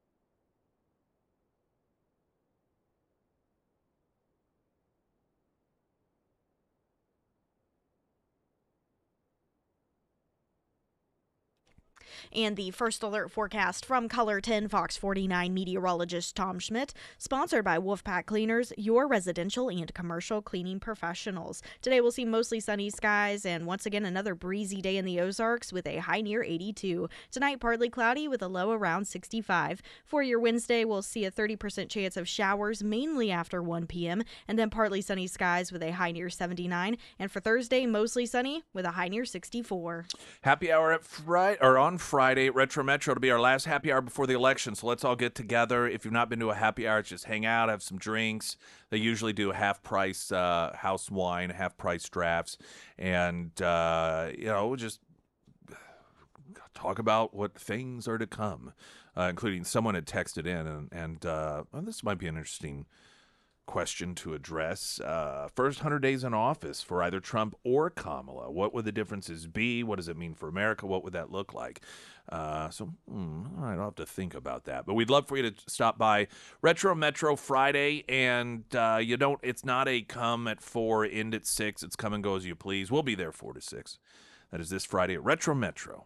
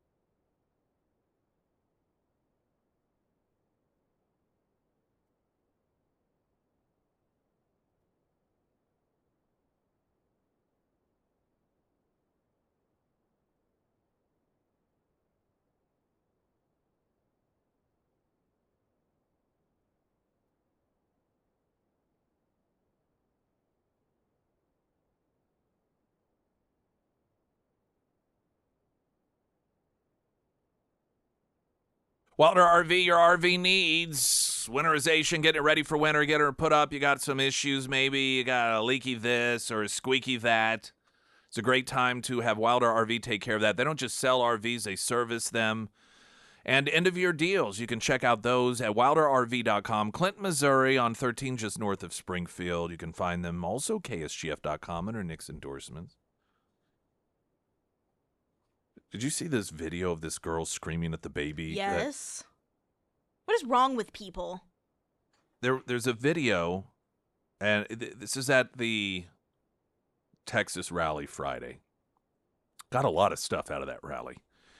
And there's a dad with a, I don't know, what do you think, 2 years old, maybe 2.5, that standing there. Clearly, he's a Trump supporter. And you can tell, you know, there's some kind of back and forth between what I guess are Trump supporters and Harris supporters. And this white girl comes up to the stroller that the girl is in, like walks deliberately over to it and leans down and starts screaming in the face of this little girl. And the father goes to protect her and pick her up. And total kudos to, there was a gal, a woman of color, I just feel like you have to point all this out now, who was holding a Harris sign, and you could see the look on her face. She was appalled. She like physically grabbed the white girl, put herself in between the white girl and the child, and she was like, no, that is not, you do not do that. And so 100% kudos to her as a Harris supporter for stepping in. You could tell it was instinct too. This wasn't, she's just like immediately stepped in. But this is somebody that's clearly unhinged. Absolutely unhinged. And, you know, we had, I remember when Trump got elected president the first time around, and there were these stories about the number of people making appointments to see counselors and psychiatrists had skyrocketed. And we're already, Sarah was just talking, was this on Good Morning America or what was it, that advice? The Today Show. The Today Show advice, which was absurd advice. I mean, it's, you know, just like the sort of thing that really you get paid to offer this advice that you probably would just get from your coworker. Yeah. Just, you know, let it go. So, literally one of the bits of advice from, what was the organization? It's the American Psychological Yeah, Association. it was Stop and Smell the Roses. Yeah. So they just pulled a cliche out of there. But let me tell you what happens. And talked about the infiltration of psychology and psychiatry by left-wing activists. This is something that many within the profession have become quite alarmed at. And there was a piece in particular that was pretty in-depth a couple of years ago, and I talked about it some on the show. And it was someone who was very concerned. As they would have these little gatherings, meetings as psychiatrists, psychologists, and some of them talking about how they just didn't think that they could be objective with Trump supporters. And they're creating this environment in which what objective people in the profession were recognizing is that you would have people that were being cagey around their therapist because they didn't want to be judged. They felt the judgment coming from left-wing therapists and psychiatrists, psychologists, and so the entire relationship was contrary to what it should be, and that is no judgment-free zone. You should be able to talk about all of your concerns, your thoughts, your feelings, whatever they are, and then, you know, we work through them. But I think a large part of what happens, especially as we see the left infiltrate, and it's not just mental health issues, but even when it comes to hospitals and medical facilities, we see more and more of the DEI stuff. If you have somebody that is unhinged because they have been convinced Donald Trump is Hitler,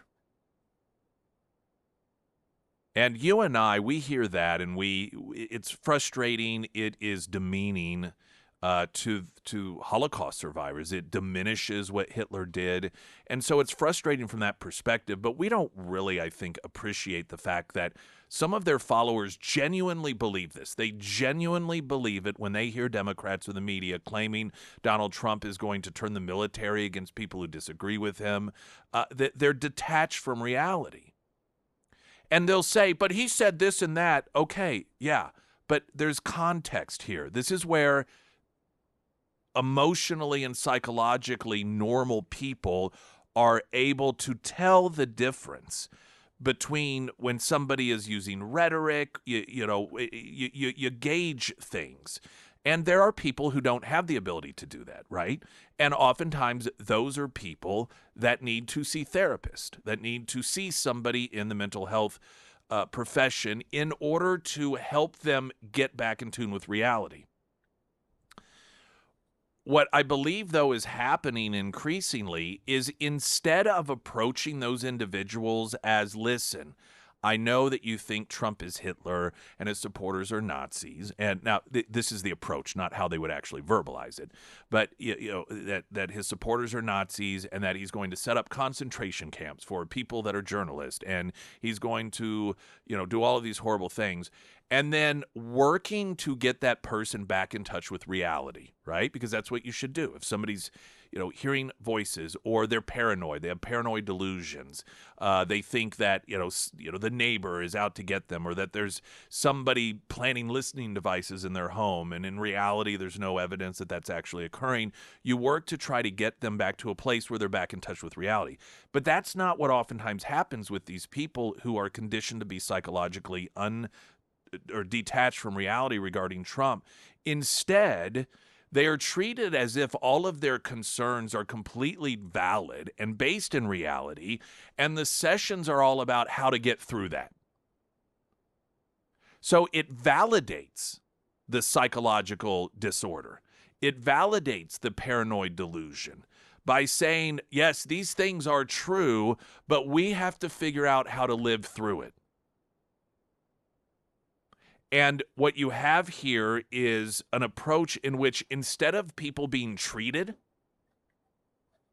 for a curable condition of, there's one thing if you have a physical issue with your brain and, you get hallucinations and you have these symptoms that aren't the result of environment, but are just the result of some sort of chemical problem.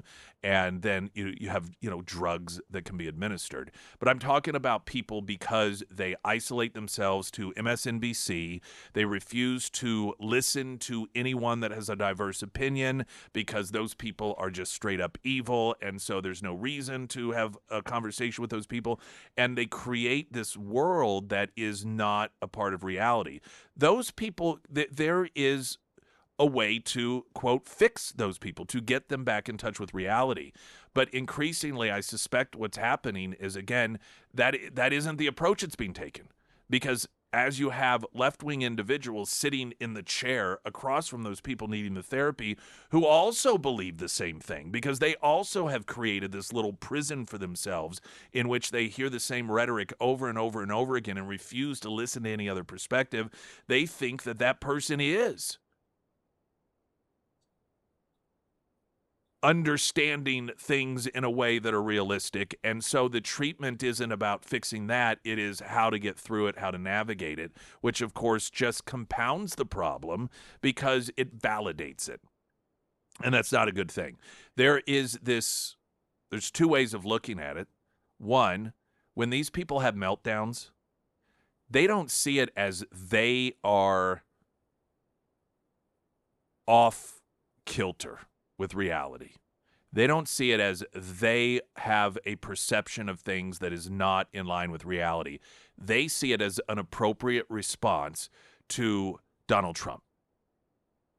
They think that they are the normal ones for reacting the way that they do. And that, I guarantee you, includes this news story that, of course, isn't going to make mainstream news because it is a Kamala Harris supporter that just becomes unhinged and is screaming at a toddler in her face because her father is a Trump supporter. I guarantee you, she doesn't see that behavior as a problem. She sees that as appropriate behavior given the dire straits that we're in as a nation, and that her father is a Nazi. If you believe the media, Kamala Harris, and the Democrat machinery. Springfield's Talk 104.1. I'm Nick Reed.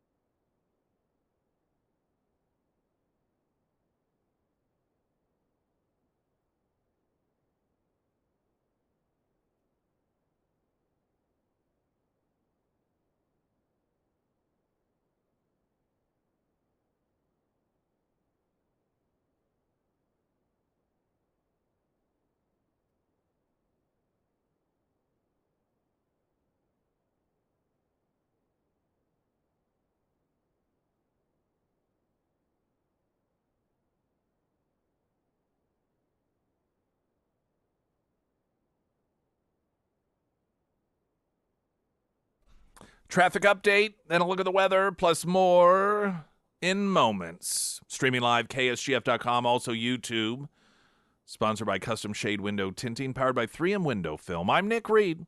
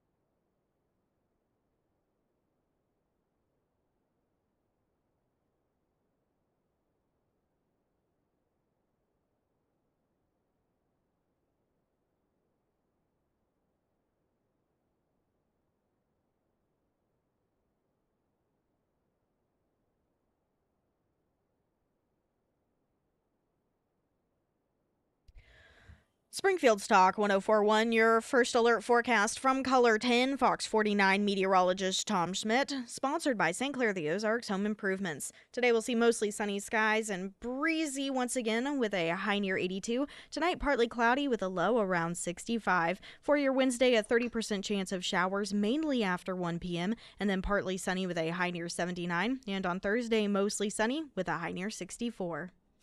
Someone texted in the question, what is it that if Trump gets elected, the first 100 days will look like? If Kamala, what will the first 100 days look like if it's her?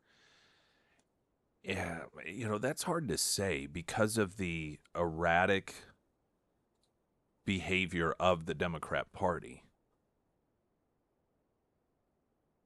If let's say you got a number of different scenarios here. One is that Trump wins by such a convincing margin, including the popular vote, that they're just like, we gotta just accept this thing.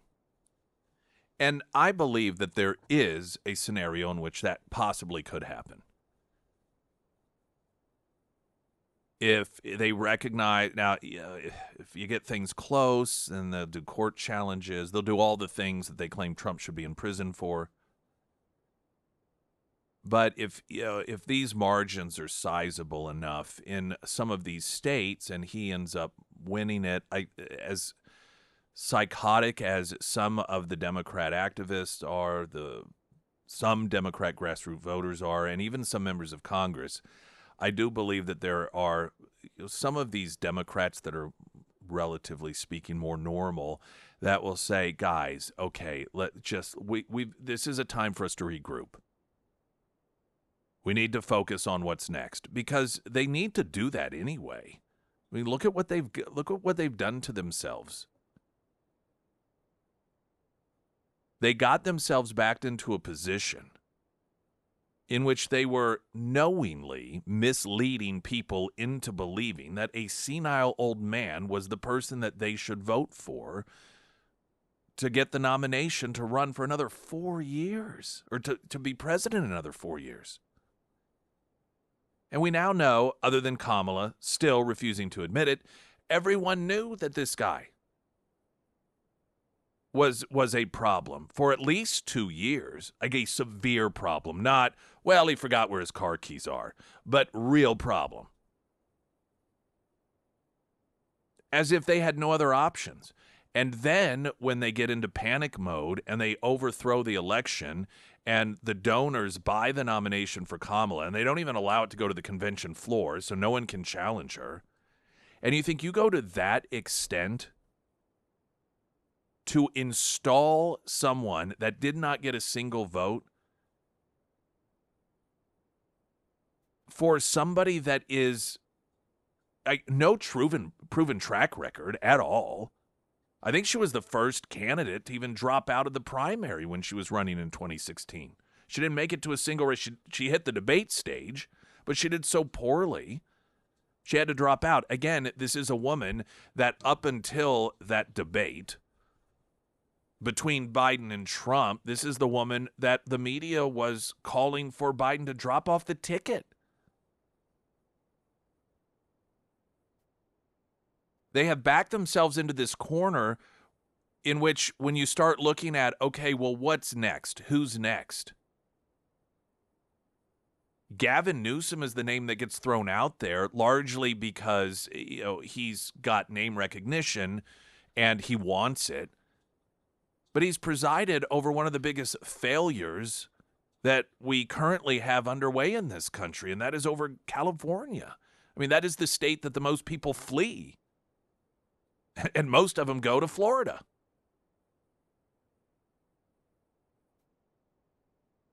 So there isn't any sort of obvious go-to. Meanwhile, you have for the Republicans, well, there's J.D. Vance. Now, some of these names you may not necessarily like, but they definitely are individuals that could legitimately run for president and win. J.D. Vance, Ron DeSantis, Vivek Ramaswamy, Nikki Haley.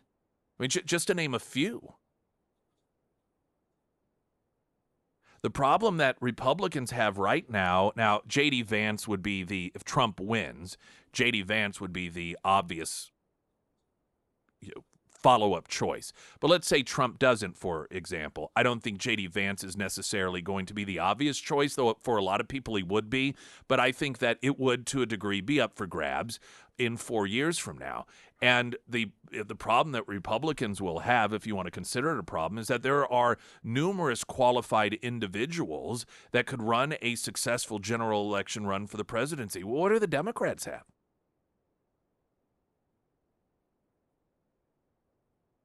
If I am a level-headed Democrat that is able to see the long game and Trump wins, I would be telling people we need to just stop with the crazy, and this is a time for us to regroup. Instead of just continuing to look like crazies, we need to. Now, again, many of the Democrats, they don't see themselves that way. I'm talking about some of the level-headed Democrats, and I think that they do probably exist. Now, in terms of what with Kamala Harris, if she gets elected, so let's go back to Trump. What would he do in his first 100 days? I imagine a lot of executive orders that deal with the border and deal with drilling for oil and fracking. And he would immediately also be meeting with Zelensky and Putin. He would try to get that thing wrapped up as soon as possible. And frankly, I think that pretty much everyone, including NATO members, Putin, and Zelensky, are waiting to see how this plays out because I believe that they see a Trump presidency as ending this thing. I almost think that they may welcome it at this point because there needs to be someone that comes in and takes charge and say, okay, we're going to wrap this thing up. And there just isn't anyone to do that right now. I mean, Lord knows it's not Joe Biden. Both sides are losing. There's this apparent stalemate, despite reports that, their gains here, their gains there, and so forth. No one really sees an end in sight. And I suspect that, Putin and Zelensky both want to be able to end this thing, as, of course, does NATO. But both sides need to be able to, go back home and claim that they came out the victor, which, by the way, is why Donald Trump refused to say that he wanted Zelensky to, quote, win this war. Because I believe he recognized that he may need to be that person in the room that is the objective individual. And what the last thing he wants to do is to go in there with Putin seeing Trump as somebody who has declared he wants Zelensky to come out the winner. He would lose some ability to deal with both sides in that capacity. So I suspect there'll be executive orders with the border.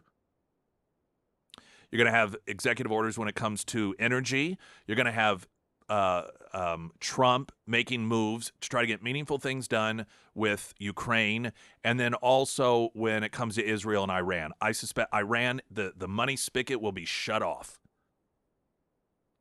within the first 100 days of Donald Trump. Now, that's what I suspect in terms of just, pretty large moves that can be made within the first 100 days with Donald Trump. Kamala Harris, who the hell knows? I don't think she knows.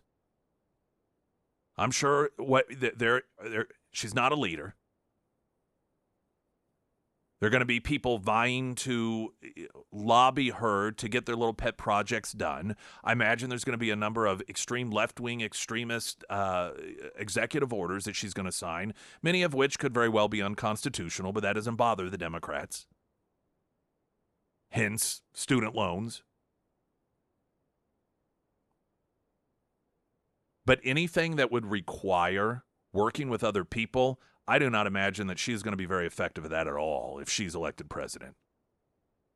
Because she has yet to demonstrate she's effective at anything that requires a leadership position. We'll see. Hopefully, I know we all want it. What we don't want is what already these Democrat-run counties, Maricopa County, you got some counties in Pennsylvania, the ones that are blue run by Democrats. Well, it may take us a week to get all this counted. What is it with that party and their inability to count votes? If you notice, it's never red counties that have a problem wrapping this stuff up. It's never red counties that are run by Republicans that find votes in the trunk of a car or 2 boxes of votes in the basement somewhere, and they have no idea how they got there, and we're still counting. You think at some point who's going to hold them accountable. The voters clearly don't. This is the problem with some of these blue counties. It's populated with a majority of Democrats. And so they see it as, hey, as long as it turns out our way. Springfield's Talk 104.1, I'm Nick Reed.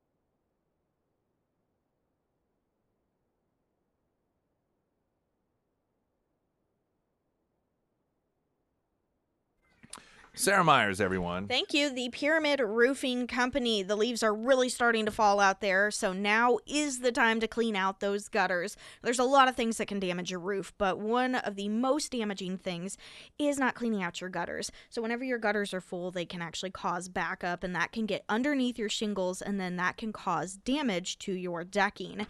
So while you're up there cleaning those gutters, if you do notice damage anywhere around your gutters, I want to recommend Josh and his team over at the Pyramid Roofing Company. Now, the Pyramid team, they do free roof inspections, so you're not out anything whenever you have them out at your home. They also offer discounts to our military and our first responders on new roof installs, and they also work through the insurance process without making you sign anything. So for all of your roofing needs, whether you need a roof repair, a whole new roof, or maybe even commercial roofing, go ahead and give the Pyramid Roofing Company a call today. You can find all of their contact information under the Sarah's Endorsements tab at ksgf.com. You want to save that audio in my show sound? Okay. I thought I'd play this other. It's just a short bit of audio, but it's MSNBC talking with a voter on the street about Trump being a danger to democracy. Been campaigning on the idea that Donald Trump is a democracy. Does that say resonate with you? It doesn't. Why not? Because it feels political to me. Well, of course. And this is increasingly, it just does not work. It's the sky is falling. It's Chicken Little. We've really lost a connection to so many of those little stories we were told as kids in order to break down some truths, universal truths, so that we could better understand them as kids. And, Crying Wolf or The Sky is Falling. The message when you would hear these stories as a young person is that if you go into hysterics over and over again about something that ends up not necessarily coming to fruition, it loses its effectiveness. It's a very simple lesson. It's one, however, that the media and the Democrat Party seem to not comprehend, because they just are always screaming this stuff. They become more and more hysterical. Global warming's a perfect example of this. The world is ending. This is going to happen. That's going to go. In 10 years, it'll be over. They keep setting these benchmarks that are close enough to really scare you, but far enough out that when they don't come true, you probably will have forgotten it by then. It's amazing how they work that timing out.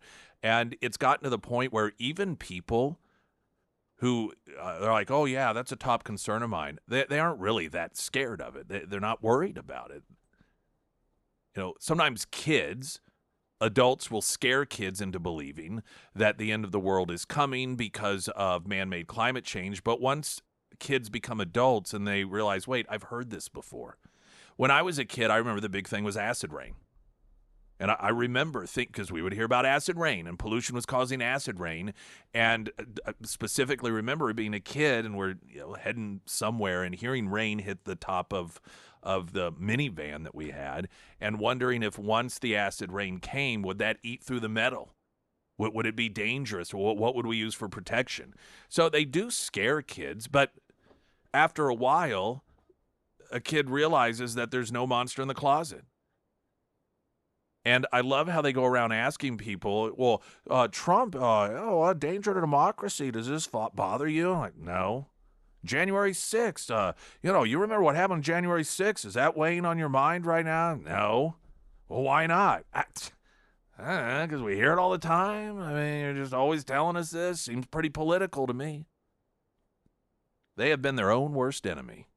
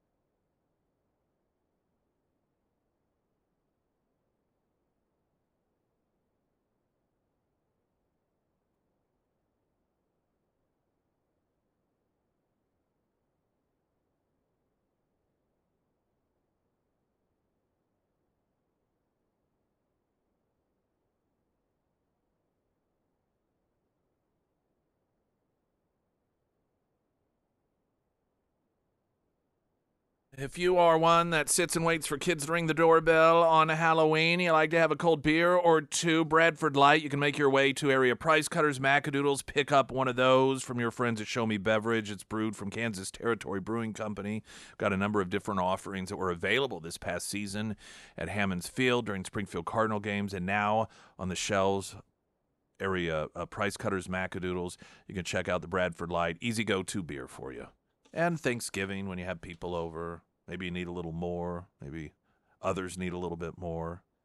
It's just a nice go-to to have. Bradford Light.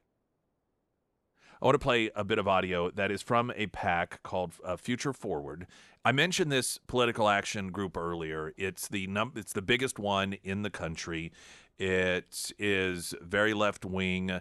The New York Times got a hold of an email in which they were internally talking about how this demonization of Trump and Trump supporters isn't actually working. Maybe we should go back to trying to talk about Kamala being awesome, which always goes back and forth. But they have out there a digital ad, if you will, that's running. And it just goes back to the standard scare tactics. It's got the visuals, it's very official government looking seal. And then the audio is the following. Election alert.